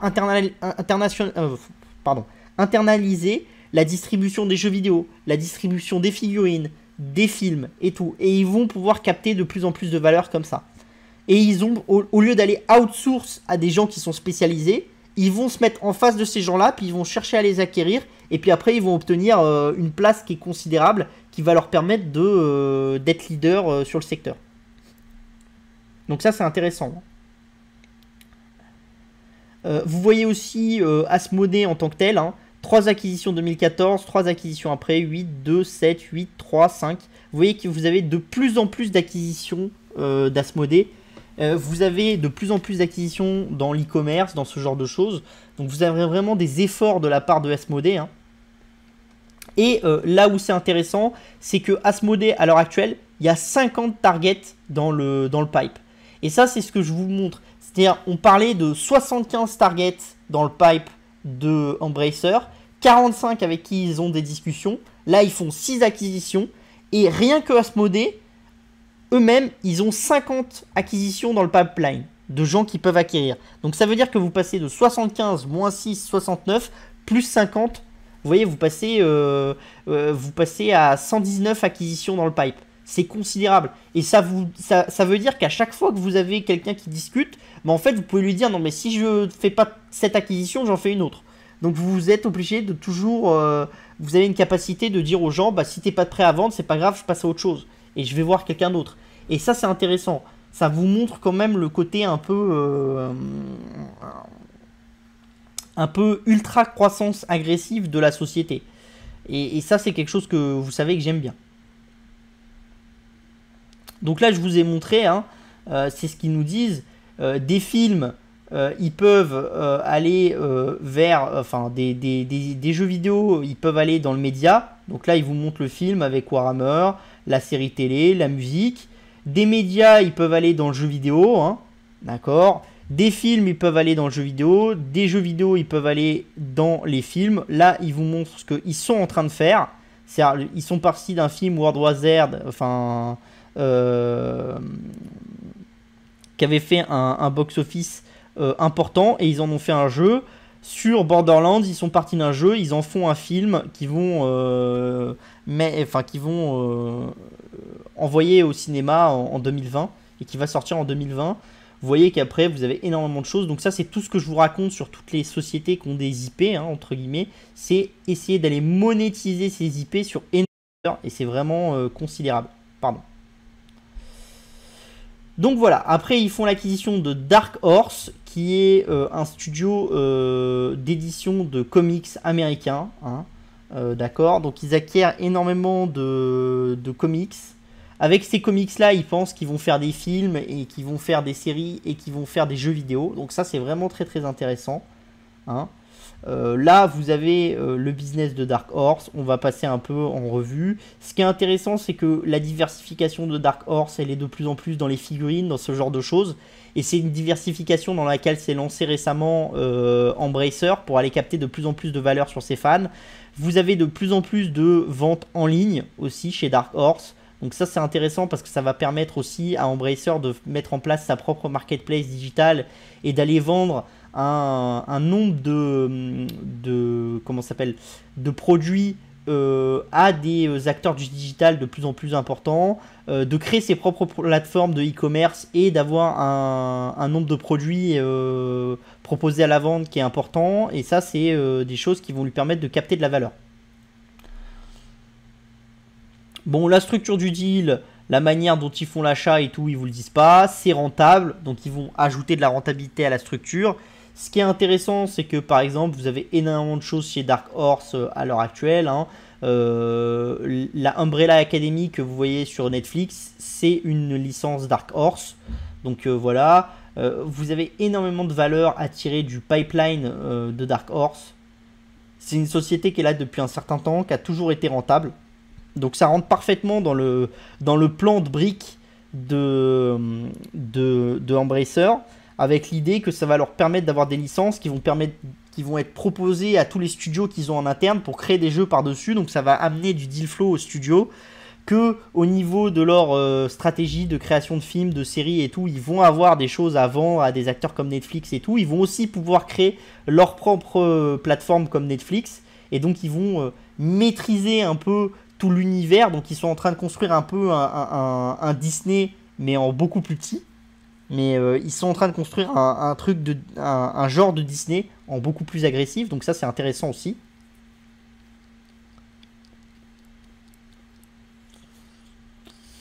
Donc c'est là, hein, c'est avec l'acquisition de Spotfilm, qui détient une plateforme de visualisation de films à travers la publicité, et de SVOD, hein, en Allemagne, et qui détient aussi des chaînes de SVOD dédiées, thématiques. Donc pour ceux qui connaissent, en France, Alchemy, bah, c'est un peu le même business, d'accord. C'est un business qui est compliqué, qui a besoin de taille. Ce que le management nous a expliqué, c'est qu'il ne paye pas ça cher. Il y a énormément de choses à aller chercher. Il y a énormément d'utilisateurs. Donc ces utilisateurs, on va pouvoir les cibler avec la publicité des films, des films et des jeux de Embracer. Et donc essayer de les capter et de leur faire dépenser de l'argent dans le groupe Embracer. Et ça donne accès à du trafic pour Embracer. Donc ça, c'est intéressant. Tous les films et toutes les séries Embracer aussi, ils vont pouvoir aussi, certaines, les utiliser dans Spotfilm pour pousser la plateforme Spotfilm, lui trouver des exclusivités, ce genre de choses, et avoir un système de... On licencie certaines licences à Netflix quand ils nous payent très cher, et quand ils nous payent pas assez cher, ou quand on juge que c'est pas rentable de leur donner l'exclusivité, on le met sur les deux plateformes et on pousse notre plateforme aussi. Donc ça, c'est très très intéressant. Ça vous montre vraiment que dans tous les segments dans lesquels ils essayent de capter de la valeur partout, et ils sont vraiment dans la création d'un Lego où chaque brique a son intérêt. Donc là, vous avez les détails financiers, vous voyez que c'est rentable, hein. Y a un EBIT, au niveau du RN, c'est pas du tout rentable. Vous voyez que vous avez quand même une croissance, donc l'idée c'est vraiment de vraiment pousser Cofilm dans le digital en Allemagne, de prendre de la place en Allemagne dans la SVOD, de s'installer dans l'univers allemand et de créer des choses. Donc ça, on va voir s'ils vont réussir. Je trouve que c'est quand même la diversification la plus ballsy, entre guillemets. Il faut vraiment avoir des couronnesses très grosses pour aller se mettre en face de Disney et de Netflix. Moi, ça me plaît. Je trouve que c'est intéressant comme manière de faire. Je pense qu'ils peuvent capter de la valeur. Je pense que rien qu'en offrant leur jeu en mode par abonnement, des films, des séries, ils ont quand même un catalogue et un pipeline qui est quand même considérable. Et donc ils peuvent peut-être trouver de la valeur là-dessus. Alors je pense pas qu'ils arriveront à des centaines de millions d'abonnés, mais je pense pas que ça soit leur but non plus. Peut-être qu'en ayant que quelques millions, ça peut déjà leur faire un bon revenu récurrent, et que ça peut solidifier leur modèle. Donc ça c'est intéressant, faudra voir comment ils le développent dans le temps. Et surtout sur les chaînes de SVOD et d'AVOD, il y a quand même pas mal d'acteurs qui sont en difficulté. Donc vous avez quand même des gens à consolider, hein. Vous avez un acteur américain qui consolide beaucoup dans ce secteur qui s'appelle Fubo TV, qui a racheté Molotov, ce genre d'acteurs. Vous voyez qu'Alchemy, qui est coté en bourse et qui avait fait un bon parcours au début, ils ont énormément de mal maintenant. C'est quand même un business qui est compliqué, avec des taux de churn qui sont élevés, parce que vous n'êtes pas sur la qualité d'un abonnement Netflix ou d'un abonnement Disney. Donc vous êtes tout le temps en train d'obliger d'investir dans votre marketing pour driver des clients. Et la seule manière de garder ces clients, c'est si vous améliorez la qualité de votre service. Et pour améliorer la qualité de votre service, il vous faut un contenu qui est de plus en plus grand. Je pense que Embracer, dans la taille qu'est en train de prendre le groupe et dans la diversité de contenu qu'il a, ça peut être intéressant, parce que ça peut être quelqu'un qui peut pousser un contenu suffisant pour maintenir une plateforme de moyenne gamme, on va dire. Et donc ça, c'est intéressant. Après, ils font aussi l'acquisition d'un studio qui s'appelle Digic, qui est spécialisé dans les cinématiques pour les films, ce genre de choses. Donc ça, c'est la même chose, hein. L'idée, c'est quoi? L'idée, c'est que c'est de plus en plus difficile d'avoir des sociétés partenaires de qualité, et d'outsourcer du travail dans le monde du gaming de façon qualitative et peu chère. Donc en achetant ce studio d'animation, bah, ils captent une partie de la valeur de ce studio qui est rentable, Et en plus, ils garantissent à leurs studios partenaires d'avoir accès à quelqu'un de qualité qui peut leur faire un travail rapide et qui peut les faire passer avant les autres parce qu'ils sont au sein de l'écosystème Embracer. Et surtout, comme chez Digic, c'est des spécialistes de l'animation et de ce genre de choses, ils vont pouvoir utiliser les équipes de Digic pour faire des dessins animés, ce genre de choses, et élargir leurs IP. Voilà. Donc c'est vraiment une acquisition très très intéressante. Voilà. Qui est vraiment... Je connaissais pas Digic, hein, je vous avouerai. J'ai un peu étudié le truc, et quand je l'ai étudié, je me suis dit, putain, c'est con que chez Exilam, ils aient pas acquis ce genre d'actifs. Alors qu'ils ont des manques en développement et tout, qu'ils ont toujours voulu un peu aller dans le jeu vidéo. Je pense que c'était la bonne brique pour les amener petit à petit dans le monde du jeu vidéo. Et je trouve que c'est vraiment dommage qu'ils aient pas acquis une société comme ça. Alors après, c'était peut-être trop cher, ce genre de choses. Mais c'est vraiment intéressant et ça fait sens. Ça vous montre aussi, hein, comme pour ceux qui suivent Nacon, Focus et tout, c'est que vous n'avez pas de possibilité que d'acquérir, quand vous êtes dans le gaming, que d'acquérir des gens qui sont des créateurs de jeux vidéo, mais vous pouvez acquérir des gens qui font dans le support, des gens qui font dans l'édition de figurines, ce genre de choses. Vous avez vraiment beaucoup de valeur à trouver de tous les côtés, et ça c'est intéressant. Ils ont acquis aussi un studio qui s'appelle Shiver, qu'ils vont mettre dans Saber. Donc c'est un tout petit studio, c'est un spécialiste du portage de jeux. Donc c'est-à-dire vous développez un jeu sur telle console, vous voulez le porter sur une autre console, bah, vous faites appel à eux et ils vont faire le travail. Donc ça c'est intéressant, ça va permettre à Saber et à Embracer d'amener de plus en plus de jeux sur une multitude de supports différents. Et donc ça c'est intéressant. Donc voilà. Donc l'acquisition elle est rentable, hein, c'est une acquisition qui est rentable, c'est un petit studio, donc ça c'est un tout petit, c'est un truc qu'ils acquièrent assez facilement. Donc voilà. Après ils acquièrent, comment ça s'appelle, ils acquièrent Perfect World International. Ils n'acquièrent pas la partie en Asie, hein, d'accord. Donc c'est un acteur du MMO, donc qui édite en Europe et aux États-Unis des free-to-play. Donc par exemple Neverwinter, Star Trek, Perfect World, ou qui édite des jeux premium comme Orclight 1, 2, 3, ou Remnant, qui est un jeu aussi, voilà. Donc ils payent ça pas très cher, parce qu'ils payent ça 125 millions de dollars. Ça gagne pas d'argent cette année, ça devrait en gagner dans les années futures.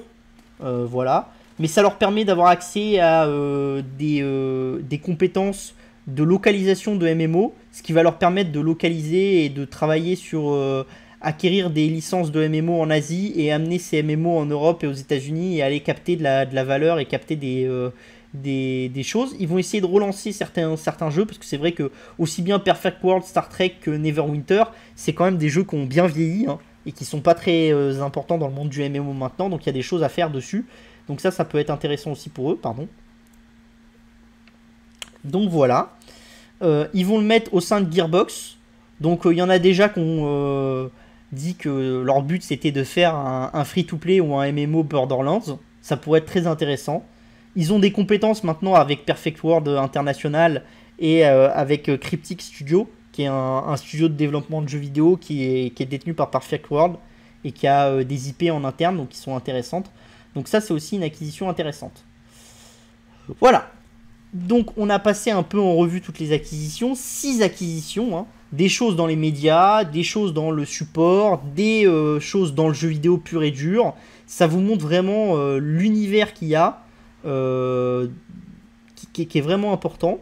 Vous voyez que c'est une société qui consolide quand même bien, hein, parce qu'on était quasiment à 130 SEC par action et on est à 86 maintenant, donc elle a vraiment bien été tapée, comme tout le secteur du jeu vidéo. Un peu plus que les autres parce que les gens jugent qu'il y a trop d'acquisitions, donc que ça devient dangereux pour la société. Je vous dirais que c'est une société qui est effectivement dangereuse. Après moi c'est une société que j'aime beaucoup parce que je pense que c'est une société qui peut tout à fait devenir dans 5-10 ans une société qui a la taille d'un Activision, ou qui même dépasse un Activision et qui devient un titan dans son secteur. Et moi c'est quelque chose que j'aime bien. Leur vision c'est vraiment une vision de capital permanent, c'est quelque chose que je vous ai déjà expliqué. Pour ceux qui sont familiers des publications Agora, je vous ai déjà dit que j'aimais beaucoup ça. C'est une théorie qui a été développée par l'éditeur de logiciels Constellation Software. Et c'est l'idée que votre vision, c'est pas forcément de tout acheter et de tout mettre dans un groupe, mais c'est d'avoir une holding qui va avoir un capital permanent, qui cherche pas forcément à rendre du dividende ou à rendre du capital, mais qui cherche juste à avoir à capter de la valeur de toutes ces participations en dessous, en les développant le mieux possible et le plus longtemps possible.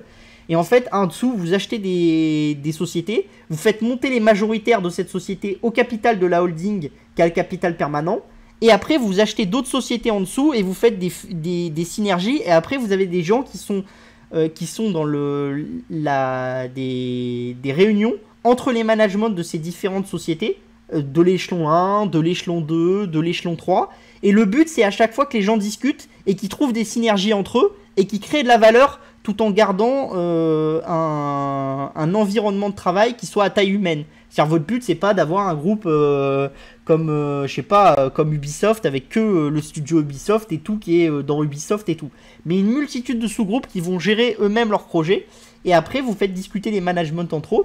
C'est un vrai travail à faire, c'est vraiment très complexe. Quand ils vous l'expliquent, c'est vraiment impressionnant, hein. Ils se réunissent fréquemment, ils discutent et tout. Il faut mettre de l'huile dans les rouages. L'huile dans les rouages, c'est entre guillemets la valeur du stock sur la place de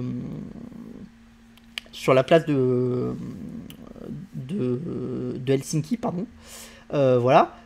Parce que vous êtes sur tout le monde qui est incentivé sur le stock de Embracer Group, d'accord, que vous voyez là.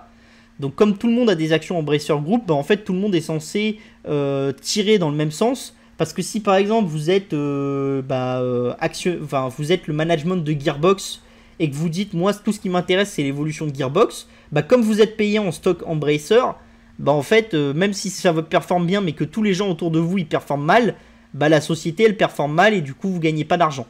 Et donc ça c'est des choses qui sont intéressantes, parce que trop souvent ce qu'on voit c'est que vous avez des gens qui font qui mettent qui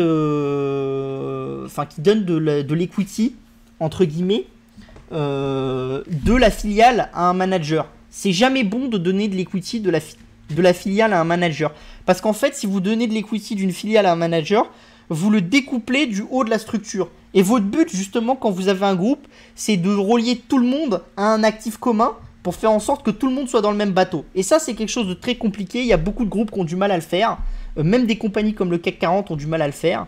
Donc il y a un vrai travail là-dessus chez Embracer, et moi je trouve que c'est un travail qu'ils font de manière considérable et de bonne manière. Après, est-ce que ça va devenir comme la fable de La Fontaine, c'est-à-dire la grenouille qui devient plus grosse que le bœuf et qui finit par exploser? C'est possible. L'avantage, c'est que comme ils lèvent beaucoup de cash, en fait, au niveau opérationnel, ils sont pas si endettés que ça. C'est pas une société qui lève énormément de dettes pour faire des acquisitions et tout. Ils sont tout le temps en train de faire des augmentations de capital. Donc en fait, comme ils font des augmentations de capital, ils redescendent le levier de leurs dettes, ils acquièrent des sociétés qui sont quand même rentables. Donc en fait, à chaque fois, ils ont ce système un peu d'escalier que je vous ai dit. Donc est-ce qu'ils ne seraient pas dans le bas d'un escalier maintenant, et qui va leur permettre de monter quelques marches dans les 2-3 années à venir? C'est quelque chose qu'il faut avoir en tête, donc, et qui est possible. Donc moi, je surveille. Voilà. Et j'en avais pas mal vendu, et là j'en rachète petit à petit. Après, attention, c'est pas du tout un conseil. Je pense que c'est une société qui peut très bien s'effondrer de 50% demain. Voilà. Dans le gaming, vous avez Tencent qui reprend Turtle Rock, donc qui est un studio qui a travaillé sur Back 4 Blood par exemple, sur pas mal de jeux comme ça. Donc il rachète Turtle Rock. Vous avez Aniplex qui acquiert Delightworks, qui est un studio d'animation, un studio de jeux vidéo japonais. Donc Aniplex, c'est un studio d'animation japonais qui est connu, qui fait beaucoup de mangas, enfin beaucoup d'animés. Et ils acquièrent Delightworks, qui est un studio de jeux vidéo sur mobile. Le but, c'est d'amener les animés qu'ils produisent sur mobile avec des jeux mobiles et de capter plus de valeur. C'est tout pareil. Si même les Japonais, qui sont structurellement des gens peu friands de MA, s'y mettent aussi, ça vous montre la vision. Vous avez Nexon qui se réorganise et qui va fusionner deux business units en une seule. Le but, c'est de répondre à certains actionnaires activistes que vous voyez de plus en plus dans le monde du jeu vidéo coréen, qui disent que les sociétés sont mal gérées, qu'elles sont pas optimisées, ce genre de choses. Donc ça c'est intéressant aussi parce qu'en Corée, je vous ai expliqué qu'il y a quand même beaucoup d'acteurs qui sont sur des VE, sur des bits de 5, 6, 7 dans le monde du jeu vidéo, c'est pas cher. Mais c'est comme au Japon, structurellement elles sont détenues entre elles, il y a des tensions croisées et tous les acteurs du secteur se mettent plutôt d'accord pour pas faire chier le voisin. Et du coup, il se passe jamais rien et les actionnaires minoritaires sont un peu floués. Et vous voyez de plus en plus de secouages de cocotiers en Corée et au Japon. Donc ça, c'est des choses qui sont intéressantes parce que ça peut débloquer de la valeur et vous pouvez avoir un re-rating de ces sociétés coréennes et japonaises pour avoir des multiples qui sont plus proches de ce que vous trouvez en Europe. Sachant que je pense pas qu'on arrivera au multiple de ce qu'on trouve aux États-Unis parce que le multiple des États-Unis, ça a toujours été le multiple le plus haut. Et voilà. Vous avez Sensor Tower qui a publié un classement des jeux mobiles qui gagnent le plus d'argent et il n'y a que les jeux qui font au-dessus d'1 milliard de chiffre d'affaires. Donc vous avez PUBG, c'est Tencent, Honor of Kings, c'est Tencent, Genshin, c'est MiHoYo, Roblox, Coinmaster, Pokémon Go, Candy Crush Saga et Garena Free Fire. Ce qui est intéressant, c'est quoi?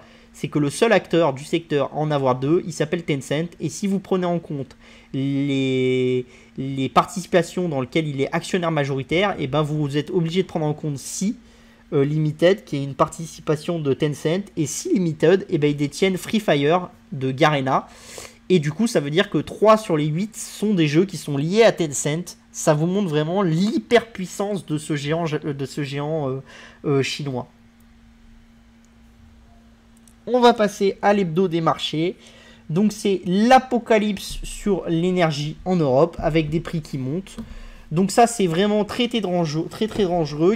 Il va falloir le surveiller scrupuleusement au premier trimestre. Pourquoi? Parce que si beaucoup d'acteurs s'étaient mis avec des garanties et avaient utilisé des mécanismes de protection du prix au début du Q2, début du Q3, en voyant les prix monter, beaucoup n'ont pas payé des garanties Q1, Q2 2022, entre guillemets. Et là, comme on va y arriver, et comme les garanties coûtent excessivement cher, bah, il peut y avoir des industries dans lesquelles ça va faire très mal. Donc ça, il faut faire très attention sur les industriels européens que vous avez en portefeuille, ce genre de choses. Il va falloir faire attention aussi parce que ça peut créer des pénuries dans certains marchés. Donc ça, c'est pareil. Et pourquoi est-ce qu'on doit ça? Bah, on doit ça à l'excellent Kadri Simpson, le commissaire à l'énergie européen, qui, quand la crise a débuté, nous a dit que de toute façon, bah, il ne pouvait rien faire. C'est sûr que quand on est commissaire européen et qu'on ne peut rien faire, ça commence déjà bien. Hein. C'est un peu comme un président de chez nous. Contre le chômage, on a tout essayé. Oui, on a tout essayé, bien sûr. Voilà. C'est dû aussi au fait que les Allemands, le nucléaire, ils en veulent plus et ils ont cassé les pieds pendant des années sur le fait qu'il fallait pas intégrer le nucléaire dans les Green Deal et ce genre de choses. Comme je vous l'ai raconté tout à l'heure, c'est quelque chose qui a changé en fin novembre, hein, et début décembre, avec les premiers accords pour intégrer de plus en plus de nucléaire dans le Green Deal. Vous avez commencé à voir les Américains qui commencent à dire qu'il va falloir intégrer tout le nucléaire dans les compartiments ESG.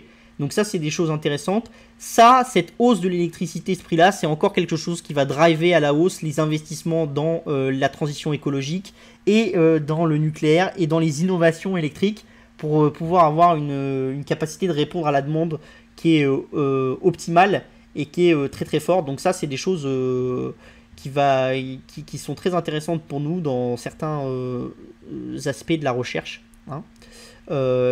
Parce que ça va driver une recherche fondamentale importante et ça va driver des secteurs importants comme le nucléaire. Je pense que le nucléaire en 2022, 2023, 2024, ça va être un secteur dans lequel il va falloir, qui va avoir beaucoup d'investissements. Donc ça peut être un secteur où s'exposer est intéressant. Moi, je vous avoue, je suis en train de m'y exposer petit à petit. Voilà. Et je pense qu'on n'est pas loin d'un futur New Deal européen de l'énergie avec énormément de choses à faire. En Allemagne, il y a plus de 100 milliards à mettre pour planter des poteaux et des lignes électriques parce qu'il faut relier toutes les zones de production aux zones de transport d'électricité, ce genre de choses. Enfin, il y a énormément de choses à faire. Donc encore une fois, ça c'est ce qui vous montre que je pense que l'inflation, elle est créée par ce genre de truc, mais que la hausse des taux, peu probable, Parce que si vous devez investir 100 milliards pour mettre des poteaux en Allemagne, 200 milliards en France pour construire des usines nucléaires et tout, vous n'allez pas le faire avec 5% de taux directeur de la BCE. Hein, c'est pas possible. Hein. Ça marche pas. Ou alors sinon, ça veut dire que vous augmentez les impôts. Je doute quand même qu'il y ait des marges d'augmentation d'impôts très importantes en Espagne, en France, en Italie, ce genre de choses. Ça me paraît un peu compliqué quand même. Donc il va falloir de toute façon rester dans un environnement de taux assez bas, de taux directeur assez bas, et il va falloir que l'inflation retombe par un moyen ou par un autre, mais sinon on risque d'être face à une problématique assez complexe où on est à une inflation qui galope et d'un autre côté un besoin d'investir qui est massif. Et si on n'investit pas, eh ben, l'inflation continue. Donc on est un peu pris dans un corner. À mon avis, la seule solution, c'est l'hyper-innovation, comme je vous le dis, avec les robots, ce genre de choses. Parce que l'innovation, ça drive de la déflation. Et donc si vous investissez excessivement dans la technologie, bah, vous allez forcément driver de la déflation un peu avec des nouveaux robots, ce genre de choses. Et vous pouvez avoir plus ou moins un équilibre. Voilà, voilà. Donc comme d'habitude, n'hésitez pas si ça vous a plu à vous abonner à New Tech Insider Europe. On construit notre portefeuille sur la même stratégie que celle de Coatue. Hein. Le buy and hold, les données, ce genre de choses, c'est tout ce qui nous intéresse. Voilà, voilà. Si vous avez des questions, n'hésitez pas. La rédaction tech@publicationagora.fr. Si vous aimez, vous pouvez aller sur notre chaîne YouTube. Il suffit de cliquer là. Ou vous pouvez aussi aller voir nos articles sur opportunité-techno.com, qui est notre site web. Voilà, voilà. Donc maintenant, on va passer aux questions, s'il y en a. Alors, est-ce qu'il y a des questions? Tiens. Hop. On va passer là aux questions. Je les mets ici. Il manque plus qu'un studio de musique pour Embracer. Je pense qu'ils feront de la musique plus tard, Embracer. Je pense qu'ils feront de la musique plus tard. Je suis même sûr. Je pense que pour eux, c'est un bon moyen de faire de la musique. On va se mettre comme ça c'est mieux. Voilà. Est-ce qu'il y a d'autres questions ?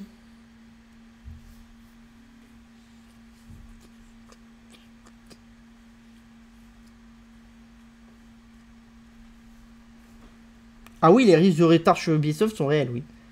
Axios, c'est un média de très grande qualité qui est très bien informé.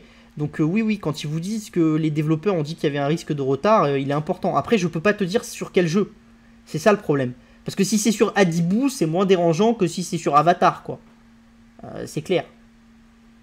Après, de toute façon, je pense que quand tu vois qu'au Canada, il y a 60 développeurs qui sont partis alors ils ont un besoin de recruter et d'augmenter le nombre de développeurs qu'ils ont pour répondre à leurs objectifs de développement de jeux vidéo, ça te montre l'étendue du problème, quoi. Après, encore une fois, hein, attention, hein, tu es sur des infos partielles, donc il faut faire attention. Moi, quand vraiment les infos comme ça sont sur le RH et que ça dure et que c'est une question de management, je préfère toujours sortir du dossier. L'hémorragie chez Ubisoft, c'est à cause des problématiques de gestion à Singapour et de leur gestion des cas de harcèlement, tout ça. C'est vraiment très compliqué. C'est la culture un peu de la société Ubisoft qui est remise en cause par certains de leurs employés.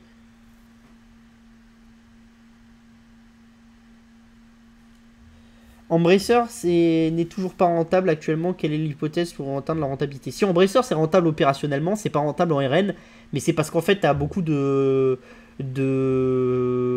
frais en fait. Comme tu fais des acquisitions, bah après tu as des dettes, tu mets en place aussi, tu vas passer tes charges de restructuration, tu vas passer des charges en disant que tu as payé trop cher pour réduire tes impôts et tout. Donc mécaniquement, tu vas afficher une rentabilité qui est rikiki. C'est ce qu'a fait Amazon pendant des années. Voilà. Mais après, au bout d'un moment, tu arrives au bout de ce système-là. La question, c'est quelle est la rentabilité opérationnelle de long terme d'Embracer et combien ils vont gagner de cash avec ce genre de choses. Et ça, on l'a déjà vu dans les précédents résultats d'Embracer, ils gagnent déjà du cash. Donc, ils gagnent de l'argent.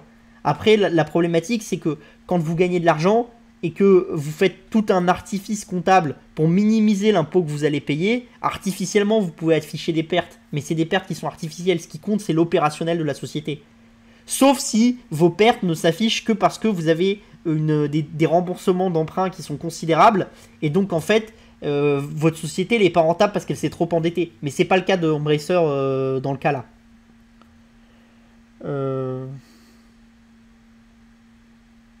Et les 500 millions de résultats, ce serait un record.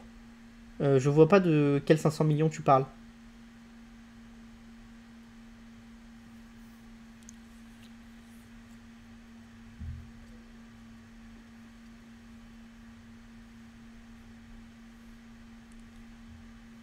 Ah oui, oui, ça serait un record, oui, oui. Mais ce qui compte, c'est pas ça. Ce qui compte, c'est ce que Ubisoft va être capable de produire les 2-3 années qui viennent. Ce que le marché valorise, c'est ça. Valoriser le résultat de cette année, ou ok. Mais ça, c'est bien de valoriser le résultat, mais ce qui compte, c'est savoir la capacité qu'a ta société de maintenir ce résultat. Sinon, je te dirais, tu prends une société qui fait une année de folie, genre tu vas prendre ArcelorMittal cette année, ils vont faire un cash de folie et une rentabilité de folie, et tu vas dire, bon, on va valoriser ça 11 fois les profits, en partant du principe qu'en 2022, ils vont faire la même chose. Mais c'est pas vrai, en 2022, l'acier n'aura pas le même prix, ce genre de choses, enfin, les choses sont changeantes. Donc, faut que tu t'adaptes. Et donc, les marchés, ils valorisent le risque d'Ubisoft. Alors après, ta question, c'est est-ce que tu penses qu'ils le valorisent assez ou pas? Moi, je juge qu'ils le valorisent pas forcément assez. Enfin, que j'ai pas assez de sécurité à mon goût pour aller sur le dossier. Après, si demain on me dit ils ont réglé leurs problèmes de RH, ils arrivent à recruter et les jeux sont repartis sur des bonnes rails, je te dirais que ça peut être intéressant d'investir. Moi, à titre personnel, je trouve quand même que ça fait plus de 6 mois qu'ils sont embourbés dans leur problématique de gestion RH, qu'ils ont fait appel à des cabinets, que le PDG il a communiqué, recommuniqué et tout, et ils ont toujours pas réussi à sortir de là-dedans, donc ça me fait un peu peur.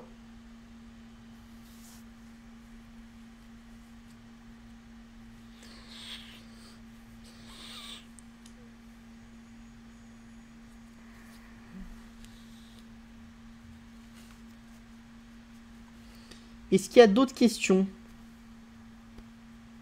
Et n'hésitez pas à me dire si vous trouvez que les slides sont mieux maintenant que ceux d'avant. Moi je les trouve plus clairs, mais il y en a qui sont pas forcément d'accord. Donc ça va dépendre aussi de ce que vous nous dites. Si vous les trouvez plus clairs, plus lisibles. Est-ce qu'il y a d'autres questions?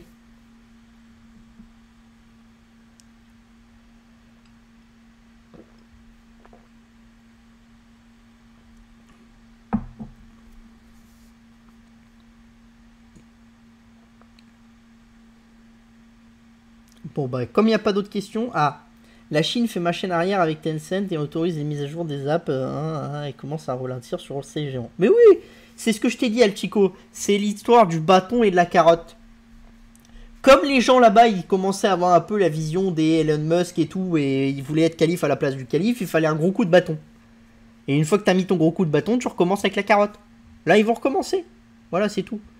De toute façon, les Chinois n'ont pas intérêt à ce que ces gens-là explosent. Pour ceux qui sont abonnés New Tech Insider, je vous ai déjà expliqué pour le cas de Tencent et tout, en vous expliquant par rapport à ce qui se passait sur le marché de la vidéo en ligne en Chine et les licenciements, pourquoi est-ce que ça voulait dire que la Chine ne pouvait pas aller non plus trop loin et quel risque il y avait au niveau économique et macroéconomique pour la Chine à aller trop loin. Je vais pas refaire cette explication ici parce que c'était une explication qui était réservée aux abonnés. Mais je vous invite à aller retourner la voir et elle vous expliquera bien la différence. Donc je pense qu'on va s'arrêter là. En plus je commence à faire des allergies et tout. Si vous avez des questions, de toute façon vous n'hésitez pas.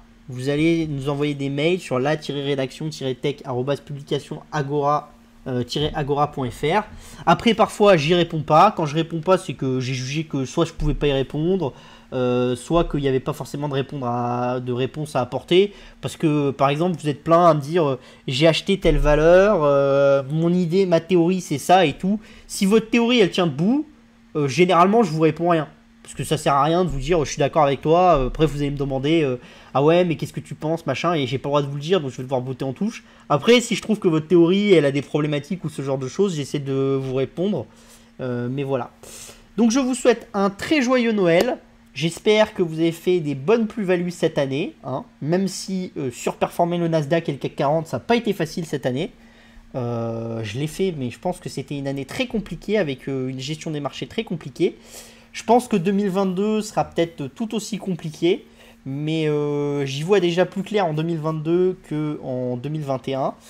Donc voilà, j'espère qu'on fera énormément de plus-value et qu'on apprendra énormément de choses aussi, parce que l'argent c'est bien, mais l'apprentissage et l'argent c'est encore mieux, parce que ça nous permet après de comprendre plein de choses dans le futur, et ça c'est bien, parce que si on a beaucoup d'argent mais qu'on ne comprend pas le futur, je pense qu'on peut en avoir peur, on devient un peu acariâtre et tout, et je suis pas sûr qu'on profite très bien de la vie en se disant que les jeunes qui sont sur TikTok c'est pas bien, les machins comme ça c'est pas bien et tout. Donc voilà. Donc je nous dis à notre bonne fortune collective et je vous souhaite un excellent Noël. Bye bye.